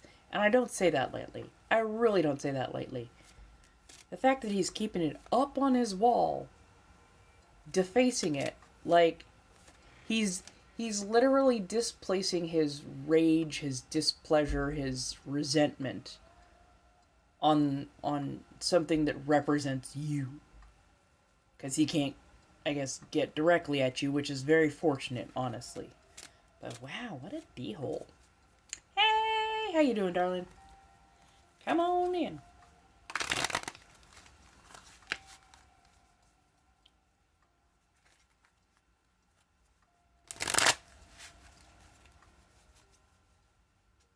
Yep. Been there, definitely done that. Just make sure that you're extra safe and make sure that you cut off as much contact from them as humanly possible. Ooh, nice. I'm hanging in there as best I can. Doing the tarot card readings. I've got more artwork now posted up on Mayhem Marketplace. I'm going to be doing some more things in the future. Working on getting everything, listed, squared away, up and running. I will be... I don't know how long it's going to take me, but I will be getting more items such as clothing and jewelry and whatnot posted up on the marketplace as well. Yeah! Feel free. Go ahead, have at. Actually, I can show you some of the pieces that are already up. There's a couple... I did post up a couple of larger pieces more recently. And then... So this is one of the pieces I put up. And they're like, the little trading card ones are like $20 each. So we've got the Muppet Sistine Chapel, Pinocchio. I went off of the more Italian art. Now I also do like postcard sizes and larger. Each of these are hand-done watercolor microns. This is done in a postcard style. I wrote a full note on the back and everything. This one is 60, but only because this one took me a good long while to put together, and I don't even know if I can get this to focus, but I literally hand created the stamp mark. So. One of my irregular doodles. Little dragon. And then, of course, I've got my lovely Krampus. A little bit of Naughty and Nice. And then I don't know why, but I did several Gonzos, but done as classical art. Oh, thank you. So, Gonzo with the pearl earring. Yep, they're over on my Mayhem Marketplace. If you go over, these are all the originals. They're one-offs that I do. So, and most of these little ones are like only $20, so yeah. And then there's Gonzo, fashioned after Klimp's The Kiss. I've got a couple of them up there. All of the Gonzo ones are up there. If you need custom order, just let me know. Gonzo's The Scream. Yeah. So me and a bunch of friends were sitting around, and I was like, I need inspiration of some sort. And one of my friends is like, The Muppets. I'm like, okay, that's half of a concept. What's the other half of the concept? They're like, classical paintings. I'm like, I actually really like that idea. So yeah, I started just like figuring out, okay, who are some of my favorite artists, and or what are some of the best known classical works that if you were to see them even with an alteration, you would know what you're looking at. And I came up with like, okay, Klimt, because that gold that he does is so well known. Like when you see it, you're like, oh, that's very Klimt. That's very this particular artist. The Scream, Girl with a Pearl Earring, Sistine Chapel. I was almost thinking of doing Mona Lisa, but Mona Lisa has been like done so many. So yeah, Gustav Klimt is amazing. His Lady in Gold, like any part of his series were fantastic, but there was something about the ones that he did with gold leafing that just, oh my goodness gracious. And these weren't like tiny, these weren't like tiny pictures. He did massive artworks, really large pieces, and they came out just beautiful. They were absolutely gorgeous. Here's Snail Rider.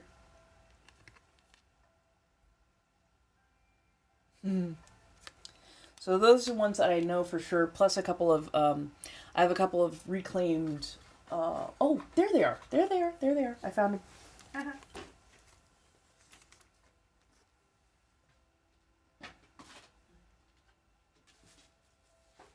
Sometimes I like to work with mixed media. So, found some lovely hardwood, and this just kept sliding off, so I'm like, fuck it, we'll do something else with it. But yeah. So. Yep, I still occasionally make press-on nails.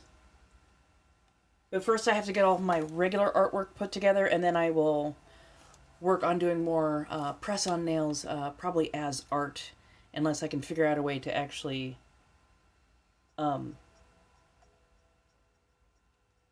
I'll still do it as an artwork. I don't ever want to claim to be a professional press-on nail maker.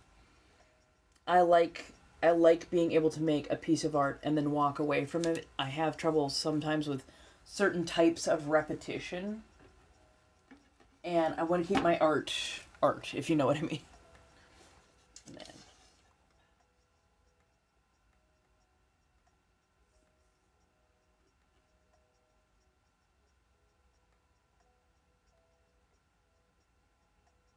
So yeah, I sunk gold leaf in there. That's an actual dice made from bone and horn. But yeah. I like making iconography for some reason. I like mixed medias. I like putting resin and stonework and tchotchkes and charms. I like putting it all together. It gives what I'm doing far more depth. I don't know where I put it. I am working on another piece right now. I need to find where I put my resin. I don't have like resin. I had like UV resin is what I was going to be using. But basically I did gold leafing on this lovely carry tray. And I'm going to do like a layer of resin. Get that nice and smooth as can be. And then I want to sprinkle in all the different herbs and like magical items and whatnot that I tend to use for different goddesses and whatnot. So I'm thinking of doing like honeysuckle, jasmine, rose, and lavender, and then adding like some dried flowers, some other objects that you would use during a worship type service, and then possibly like I would love to find the right like cup or saucer or bowl or something to sync with that, so that you have I love to see you too. I'd love to have like basically a travel altar, or a space that you could easily set what you need, do your rituals on, and then be able to move it as need be, because sometimes you only have very, very limited space. So I like to make objects that have multi-function to them. Let me see if I can find... Oh, there it is. There's the tray. And then I just need to find a place to show off my kind of spicy art. Yeah, this is the beginning of it. I just need to find the rest of my resin so that I can flood the rest of this in. Nice thin layer. And then, yeah, find like a nice little something to sink in that corner. That way you can fill the cup or the saucer with sand or salt. And then that way you have a place where you can put your incense without creating a hazard. Right. I'm like, I got some really... I know what I want to do with this. I just got to find my resin. Although, if somebody wants to throw $20 at the situation, I think I could get a small thing of just regular A and B mix resin and get it sunk, get it done. But yeah, no, if people would like to go check out my art, I would very much appreciate that. I will be putting up more in the next couple of days. I'm trying to go through all of my what do you call it? I'm trying to go through all of my watercolor pieces.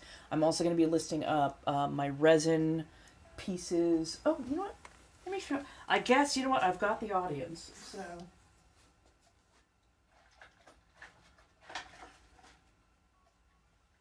And any purchase will actually get a little surprise gift to go with.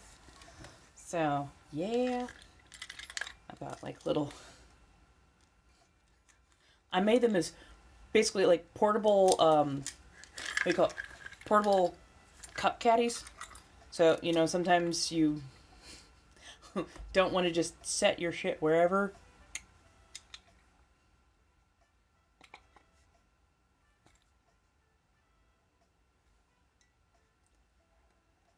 Yes, these are going to be listed within the next day or so. I am slowly going through and getting stuff listed, taking photos as I go. I've got all day tomorrow that I'm just going to be working on putting up listings, and most stuff is going to be like between $5 and roughly $40 for the most part. There are a few pieces that are going to be a little bit more, but yeah. Heck yeah! So yeah, like these will be 20. I've got this one. Got this one. Oh, that's upside down. If not paddle, why paddle shaped? This is still my favorite. Shh, coffee at work. So, Mayhem Marketplace. I believe that's one of the first links if you go to the Blinks and Lio. And yeah, I'm going to have these listed within like the next day or so. I just got to working on those again today. And I'm like,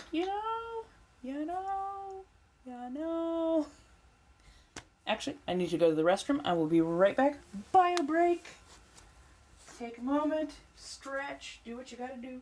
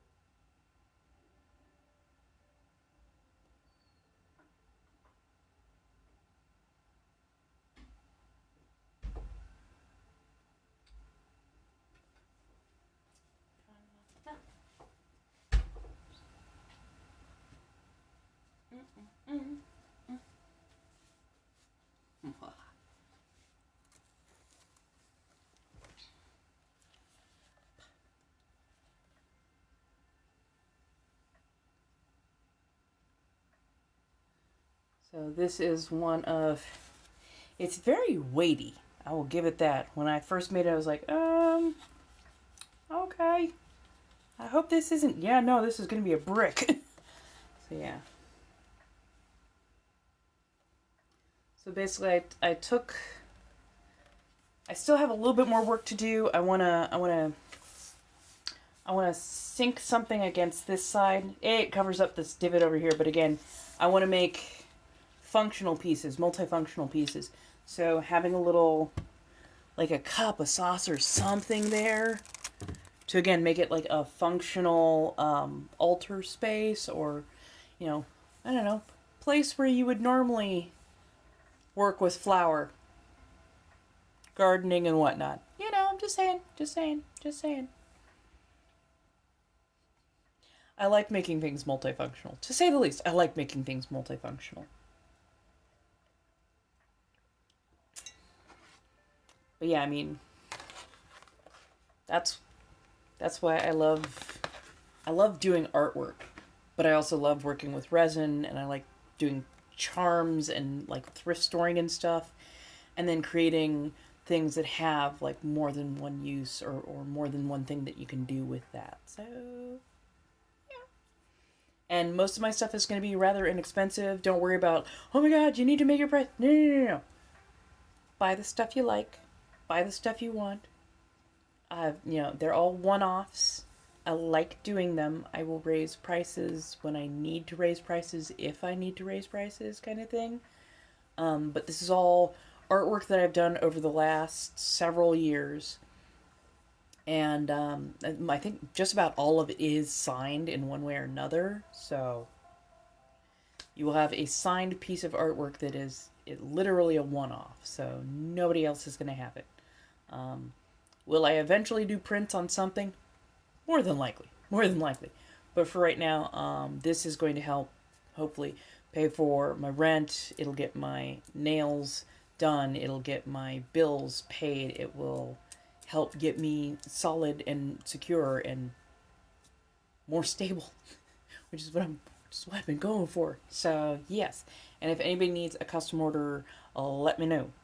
I would love to work with you to put something together that very much fits your aesthetic, fits your headspace, as it were. Hello. We got about another 45 minutes together. I have a digital class that I'm going to tonight, just to help, again, with like how to do the marketing, how to do the this, that, and the third. So yeah. What's up? How's everybody doing? How's everybody feeling?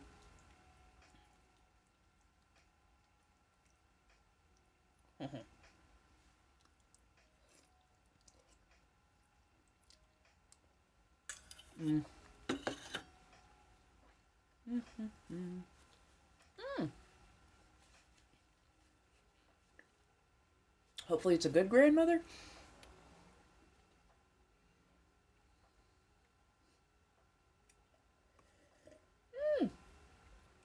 Hey Rachel, how you doing?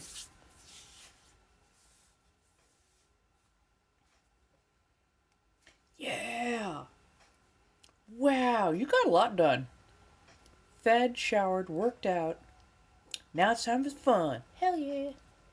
Oh good, you've been spoiling her. That's fantastic. I'm hanging in there. I'm getting artwork and stuff listed up on the Mayhem Market. This is just fun little random multi-use art pieces, as well as watercolors. I'm working on some resins. I got some watercolors. I laminated these to help preserve the color because I was working with a slightly less expensive watercolor cake, and I noticed if I let it just be out and about, they were a little bit of the pigment was coming off. So I'm like, you know what? We will laminate these. Pardon as I get my fingers out of the way. But yeah, they are up on the marketplace. So if people are interested in... That's what I want to do eventually. That is honestly something I want to do eventually. And I've got some ideas. I've definitely got some ideas. I just need to be in a financially stable enough place that I'm like, okay, this is all we're going to be doing is working on this tarot set. That, and I want to make sure that I'm doing my due diligence when it comes to research, because certain cards have very particular meanings. They are connected with certain planets, certain numbers, and certain iconography. So I want to make sure that I'm doing justice in the way I'm representing each of those in the tarot. So yeah, like you wouldn't necessarily, draw the emperor with, crown of flowers and, gently floating through the air. Like the emperor is supposed to be more solid, more connected towards earth, more strict, written in stone kind of person. So yeah, like I want to make sure that I'm doing it a good service. That way I can actually call it a tarot deck and not like an angel deck or an oracle deck. Each of those is slightly different. They all have a very similar similar divination styles to them, but different meanings, different cards, different portents, that kind of stuff. So yeah. And for whatever reason, I cannot touch, like, angel cards and me don't get along. Oracle cards and me don't seem to get along that great. Tarot cards and I,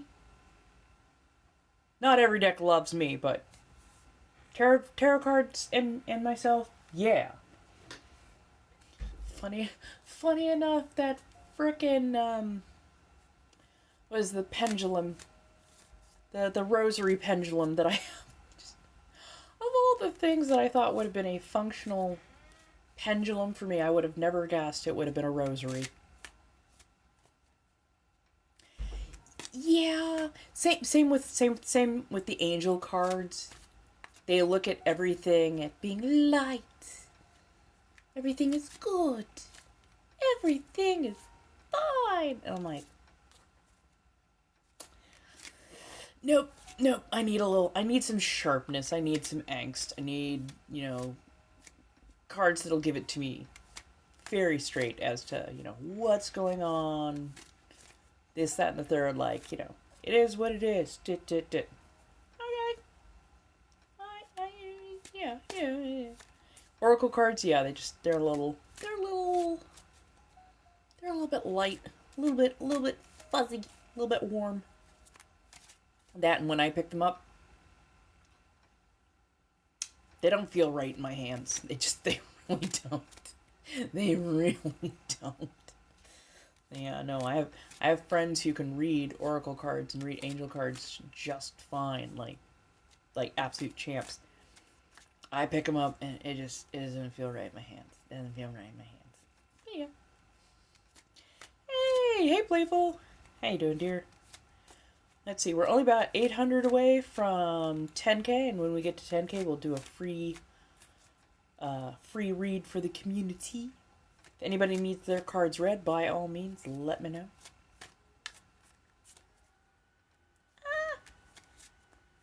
Cozy Witch deck. Right, take your time. Trust me, it does take time, and but you actually have to pick them up. You have to handle them. You gotta get to know them. Don't put that off, because yeah, getting some resonance with your deck can sometimes take a little while. I'm hanging in as best I can. I got a digital class tonight, and then I'm gonna be on the verified site this evening at 8. So yeah. Haven't been able to because my car is not reliable.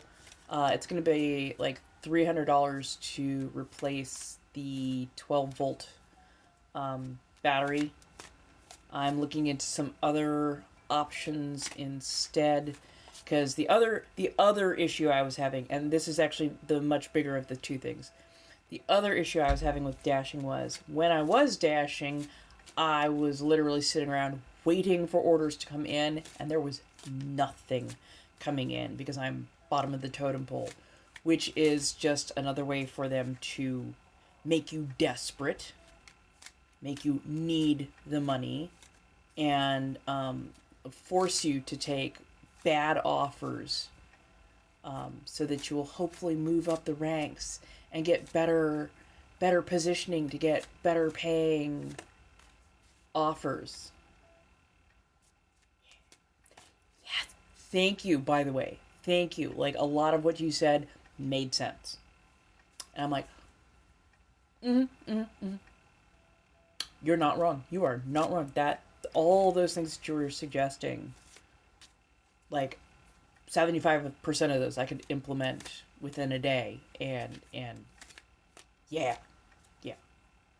See, and this is why I'm like, I need somebody else to look at it, because I'm here, which makes it hard to see sometimes the whole picture, and I already know that I'm biased. I know that I'm biased, but like somebody else can look at it and go, okay, this looks great overall, but you know, like if you want to refine this detail, it'll make it all a little bit more cohesive. It's like, makes sense. That makes sense. So yes, thank you. I appreciate it. Yeah, I'm like, I know that I'm missing a simple trick, and like the moment you went, yep, put some of the details first, then like introduce yourself next. I'm like, oh, that makes sense.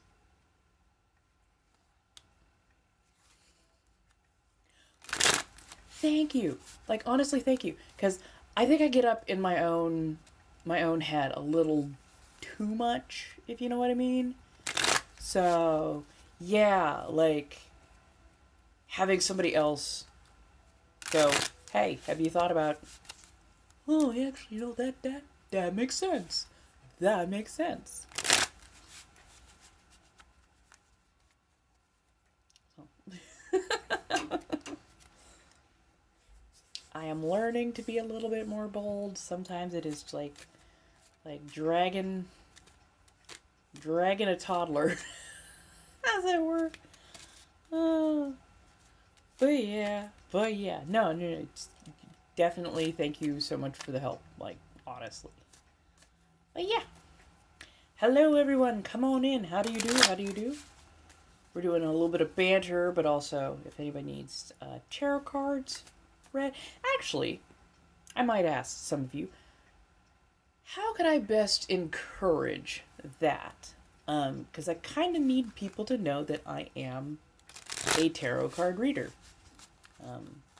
Yes, I'm still always going to banter. Like, you could never shut me up. Come on. But I really do want to lean into creating some art, some experience, as it were, on this channel, that just helps to add more to what I already do, which is the banter, which is the talking, the informing, the educating, and whatnot.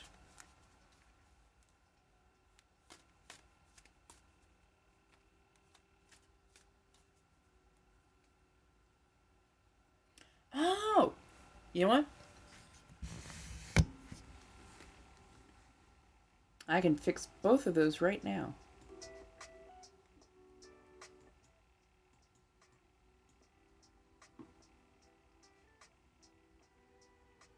Let me see.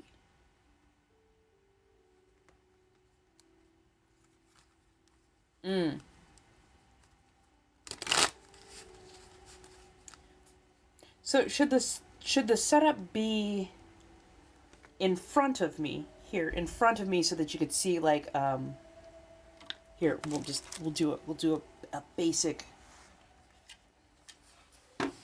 So are we talking like this kind of number, where you can see like a table or a desk or something with like some fun ritual stuff right there? Okay.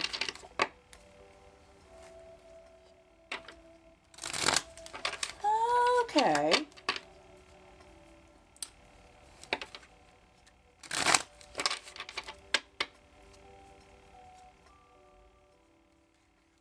think I can do some. I think I can do something with that. So I know that I've got that little, like, little short table right there behind me.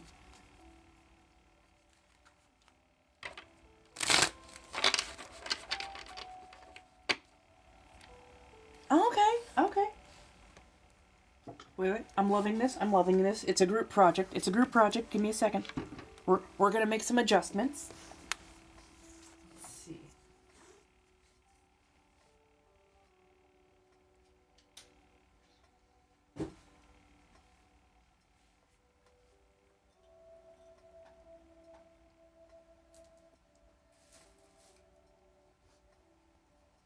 Let's see.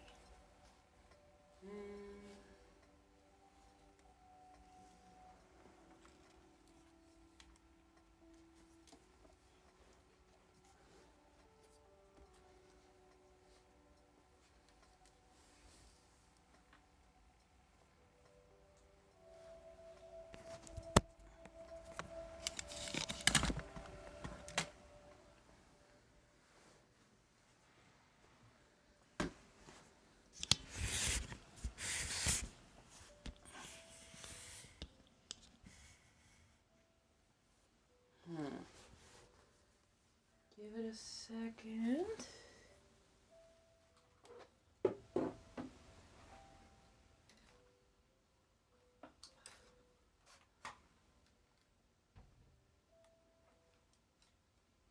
Let's see if I can lower the intensity of this.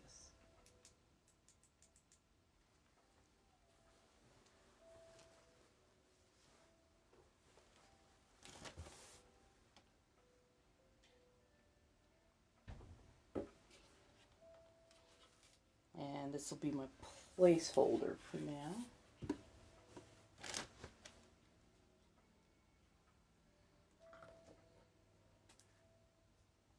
So yeah, I got a little extra sun coming in from behind because we're a little bit earlier in the day, but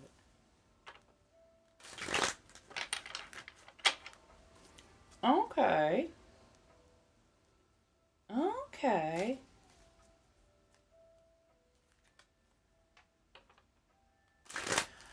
Yeah, okay, I can definitely bring that back. I can have the little mini menu up here, which means I could move this over just a touch.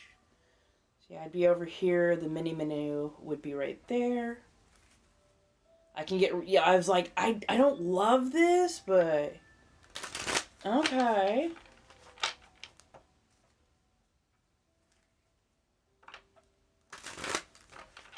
Okay. Thank you. See, this is helpful for me. I can read something and in black and white words again and again and again. It doesn't always click with me. I'm a very visual learner, so like, yeah. Okay. So, hey, how you doing, Lauren? Well, we're figuring out a few things. We're getting a few things squared up and squared away. I'm doing as well as I can, but we can always do even better. And then this would also give me the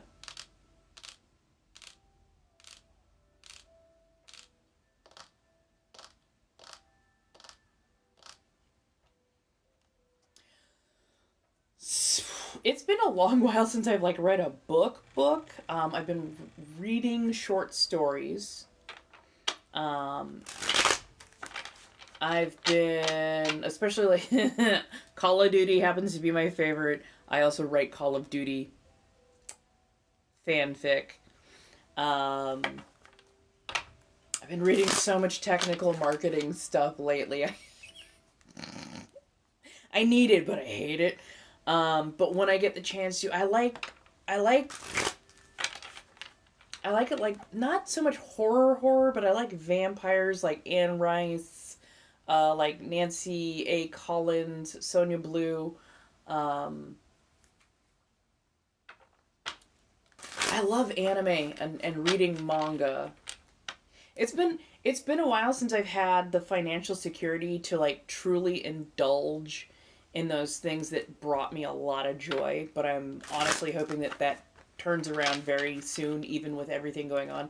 I hope it turns around very soon, because I would love to actually be able to like indulge in anime and manga and like really start exploring um, some of the writers and whatnot. Because honestly, there's a lot of great independent writers out there that have been very interesting. Oh, what was it called? Is it Creatures in Caverns?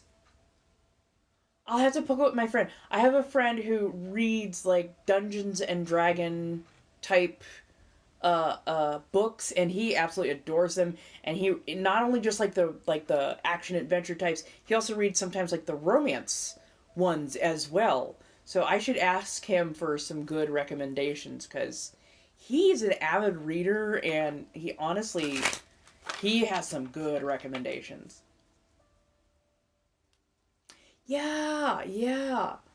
It's been a hot minute since I've read um good sci-fi, but there's a series done by Paladin. I want to say the author's name is Paladin something. And it's Why Humans Go to War.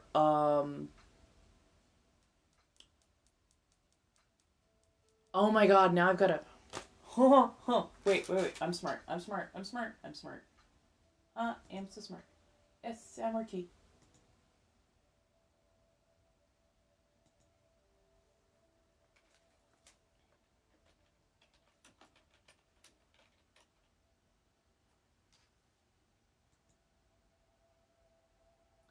I think it's Why Humans Avoid War.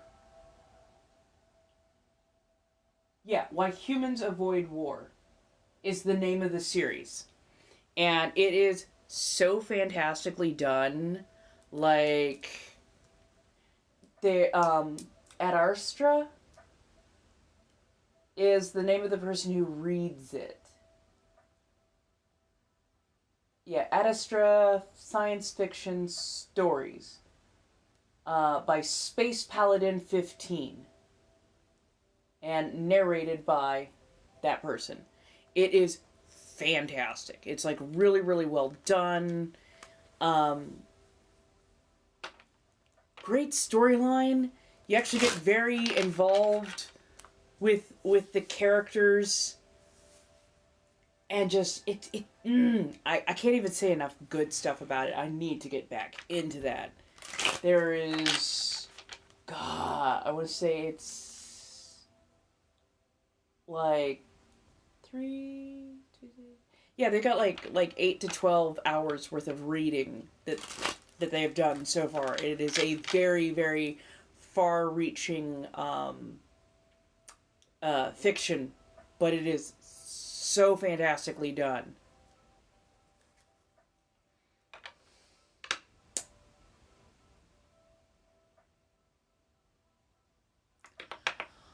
Ray Bradbury's done a lot of good stuff, like The Little Red Pony, Grapes of Wrath, of Mice and Men, I think. But I think for me, if I'm not mistaken,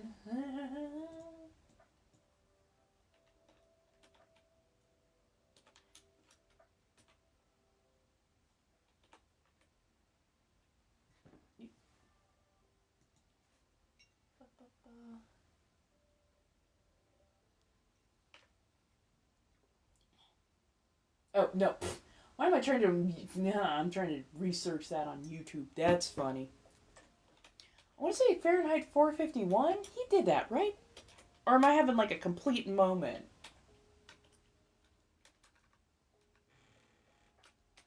I can't spell.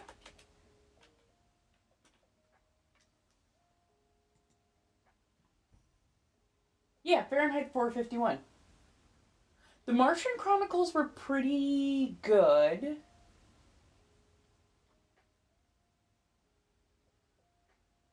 Sound of Thunder, meh. Uh,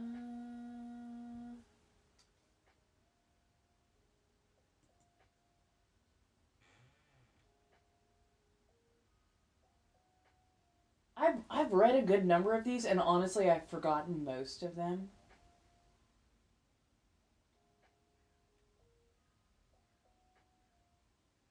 Yeah, Fahrenheit 451 is still my favorite. And like I know that that has been out. Oh yeah, the Velt, that was pretty good. Yeah, okay. Thank you. Thank you.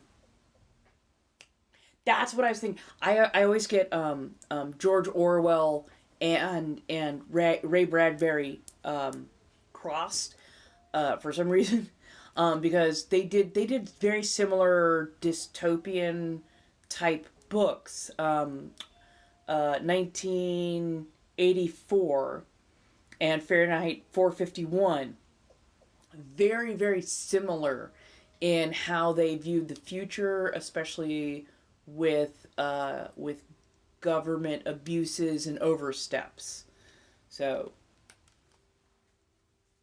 I'm just saying. I'm just saying. But you know, both men lived through a time in history where there was a lot of that going on. Like there was plenty of writing on the wall, and they could see where, you know, abuse would definitely lead to worse things. The slippery slope, as it was. Hey. So yeah, like there was a lot of really great artists, but I don't think we put enough emphasis on art being something that not just predicts the future, but you know takes a look at what is going on.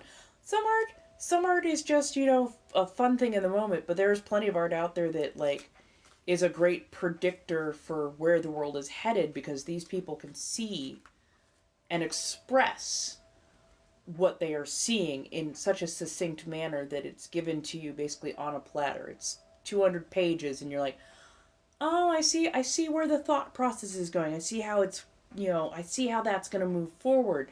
And like if you go and read Fahrenheit 451,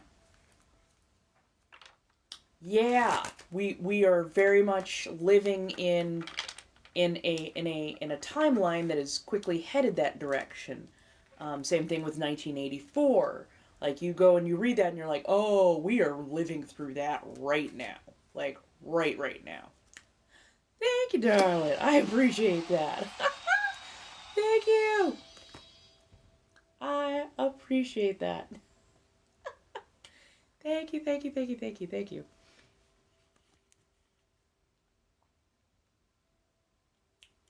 Yes. Oh my goodness, yes. Oh my goodness, yes. Yes. So much that. So much that. Like, honestly, a lot of people have been screaming for decades now, literally decades now, trying to tell us where we were headed. I'm one of those people who's been screaming for a while now of like where we're headed. But yeah, like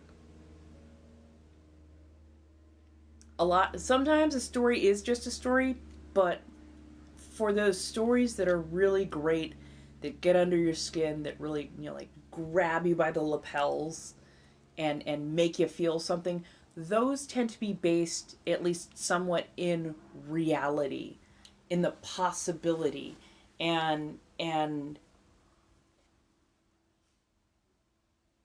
the reason they grab you is because they are this close to being a tangible thing. So yeah, it's scary sometimes, but it's also fantastic. Which Blade Runner um, was a book done by Philip K. Dick. Yes, that's his name.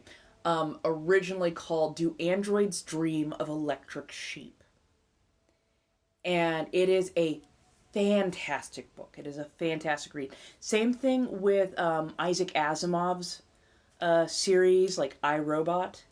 Um, Basically looking at, you know, what happens when we build AI well enough to think, and when it thinks, does it gain a soul? Does it gain sentience? Um, it's one of the reasons I absolutely adored Ghost in the Shell, not just the movie, but the anime series, Ghost in the Shell standalone complex. Second Gig was also pretty good. Innocence was pretty good. But yeah, like there was a lot of really deep thought in that series because when it comes to Ghost in the Shell, the whole question that's put forward is how many pieces of yourself, physical pieces of yourself, do you take away before you become no longer human?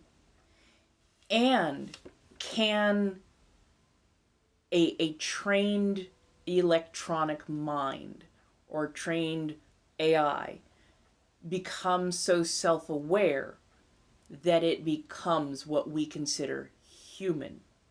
Do you need to actually possess meat and bone to be a person?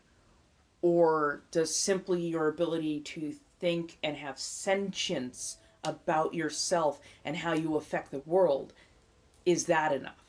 So yeah, oh, it's so good. I love those deep thought processy kind of things, the ones that make you a little bit uncomfortable. Like you have to read or have to engage with certain medium every now and again that makes you a little uncomfortable, because that's your brain actually having to think about something new and what are the ramifications thereof. I love that stuff. Oh, is the new season out? Is the new season out? I love them, but they take fucking years in between frickin'. Oh my god.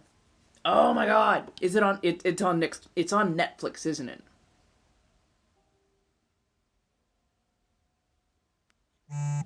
Oh yeah. Oh yeah. No, the the prison industrial complex in America. I mean, Octavia Butler wrote about stuff like that. Wild Seed being a great look at that. Left Hand of Darkness is also another one of my favorites, and that has a lot to deal with gender. Gender, how we think about and expect from gender, and it's basically it's looking at the difference between being cisgender and always having that solid mindset of, you know, this is the body I was born into, this is the body I belong to, and then things like transgender or non-binary. And it's so good. It's so good. Mm-hmm. Well, you think of it this way: the Hunger Games was, when I say whitewashed, I really do mean whitewash. The Hunger Games was whitewashed. A lot of the stuff that went on in the Hunger Games has already actually taken place in reality. In reality, often to Black, Indigenous, people of color, like many of the things that the Hunger Games goes on and on and on about has happened in real life. Where I become irritated at the Hunger Games is, pardon the brusqueness of my words, some of this shitty fandom who cannot empathize with characters of color, such as the a-holes who were like, oh, you know, I was going to be sad that, you know, hopefully I'm not spoiling this for any. I won't be sad when this, I was going to be sad when this character, unalived, because they unalive in the book. Oh, I'll be so sad. And then they saw the character, and it was like this 12-year-old little black girl. And Rue is very, very clearly described in the book, so it should have been no shock that she was a 12-year-old little black girl. And they were like, yeah, I just couldn't feel sorry when they passed away. I thought I was gonna, but no, they made her, so I couldn't. I just couldn't empathize with it. I'm like, you couldn't empathize with a 12-year-old? The fuck is wrong with you? But then in the movies, they queer coded several of the villains, which, like, I'm like, why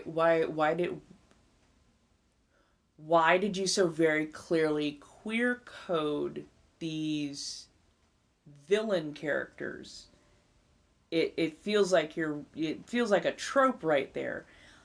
Same thing with in the, what was it, Song of Snakes and Birds? Basically the prequel with Viola Davis and Peter Dinklage. Both fantastic actors. But again, they were villainous, extremely villainous. Oh my god, that was cute. Thank you so much, Rose. I appreciate that. I keep forgetting. I gotta keep resetting these. I never remember until y'all do stuff like that. Ah, fuck it, I'm gonna leave it there. But yeah, the fact that they made Viola Davis so incredibly, grotesquely villainous, while constantly putting forward protagonist characters who were very palm colored, I'm like, really?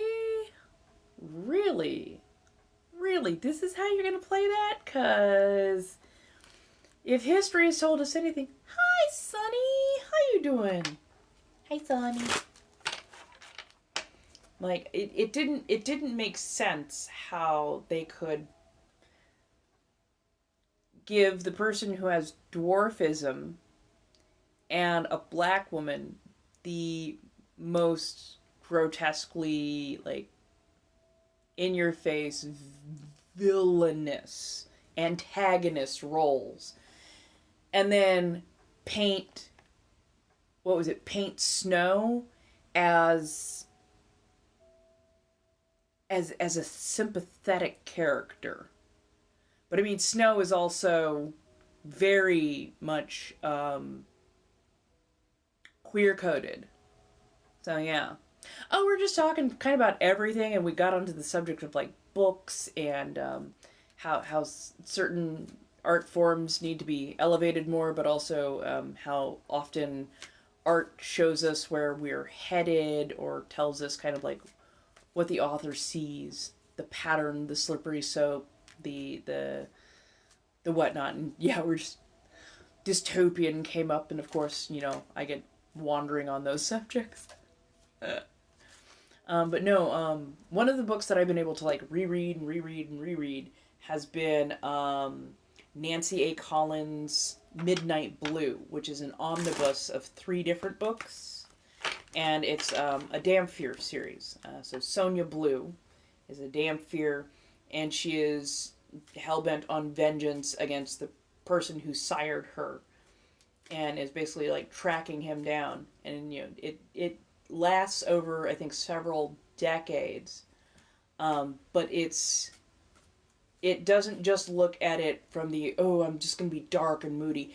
It very much looks at a person who is dealing with, you know, mental illness, who's been through a lot of abuse, who is trying to figure out what healing actually looks like,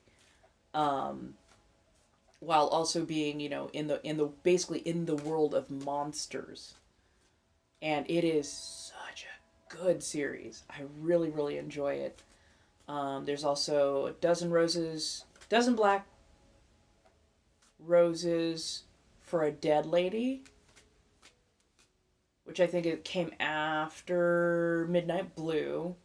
And then she also did, oh god, what was it? A Dead Man's Hand, which branched out into some other kind of slightly different horror / supernatural, with very different characters, instead of being a continuation. Very different characters that I liked the series, but it was her way of crossing over into young adult novels. And I think a lot of her work kind of lost its bite when she did that. And I'm not mad at it. I know why she went to young adult. She wanted to, you know, keep relevant and get a fresh new audience and whatnot. But like the thing that I liked about her reading is it could be kind of very raw. It could be very looking at, a person who considers themselves a monster, but are they really a monster, especially compared to everybody going on around them, human and otherwise? Do you deserve healing? Do you deserve to come back from terrible things that you were made to do? So yeah, it's just when she went to young adult, it lost a lot of the flavor of it.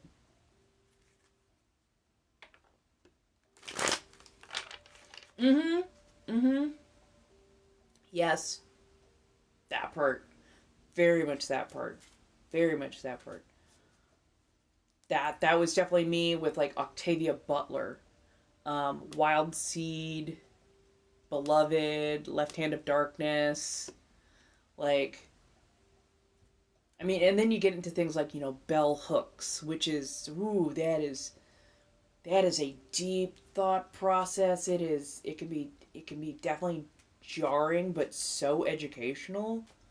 Like, if you ever have the chance to, this is gonna sound far more, oh my goodness, than it actually is. The Matrix of Domination. Great sociology book. It talks about and gives you an education on how not everything, like literally, not everything's black and white. In fact, it's very, very rarely, stratified black, white. More often than not, things are intersecting points. So if you're looking at like, okay, who's got the most privilege in a society, one that is mixed rather than homogenous. So in a multicultural, multi-ethnic situation, who tends to have the power? And it tends to be whoever has the most people. And they build that clout often on gender. They will build that clout on family name, on able body versus disabled, like a bunch of different things. So yeah, like it is a very wild but good ride, to say the least, and something you should totally check out. I know that we're going through a lot right now, so a lot of people gotta get ready. That's all I gotta say. Gotta get ready. Um, be ready, willing, and able. Because if we don't all stand up for each other, they're gonna pick and take as they want, and hope that the rest of the sheep stay silent. So, and this is why they hate books, because even when books are fictional, they still resonate with reality. And that's, I mean, how did you raise how many generations on things like Captain America, Superman, Divergent, Hunger Games? Like, how did you raise your kids on dystopians and sci-fi and fantasy and whatnot? Thank you.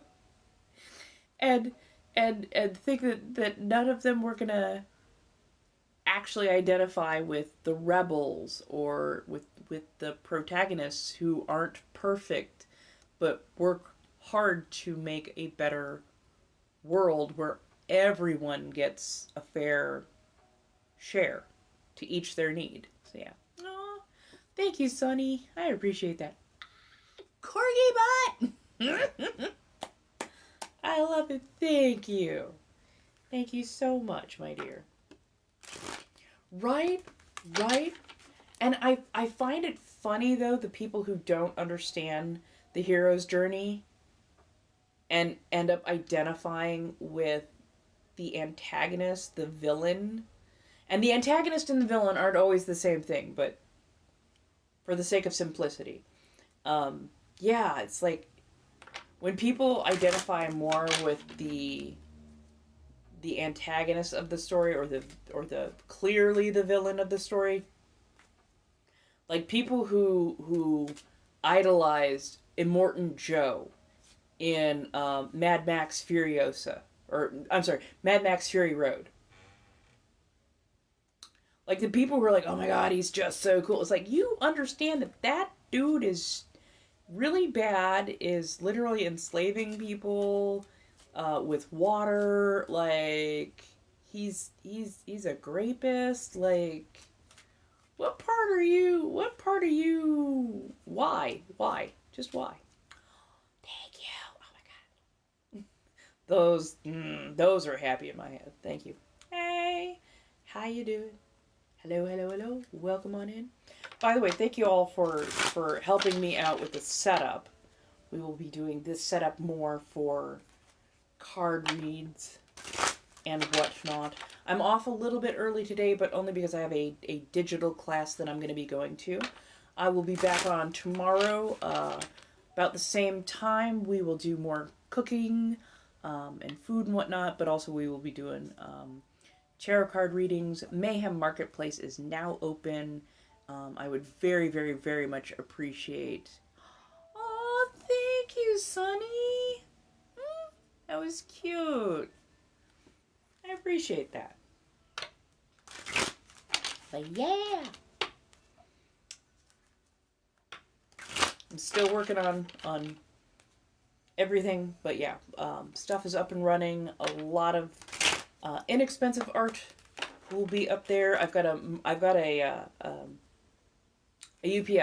USPS very near to me. So if you order something, expect that it can be sent out by the next day. I'll send you a tracking number, the whole nine. And if you need anything custom ordered, let me know. We can get that squared away.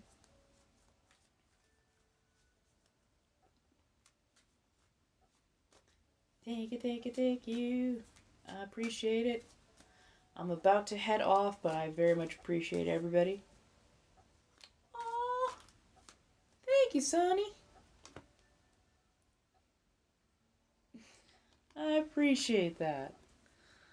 I hope you all have a lovely evening. I will see y'all around. I'm hanging in there as best I can. Promise. But yeah, I'll be back. I'll be back on tomorrow. Hopefully we'll do a little bit more food cooking and then whatnot. And yeah. Yay. Thank you.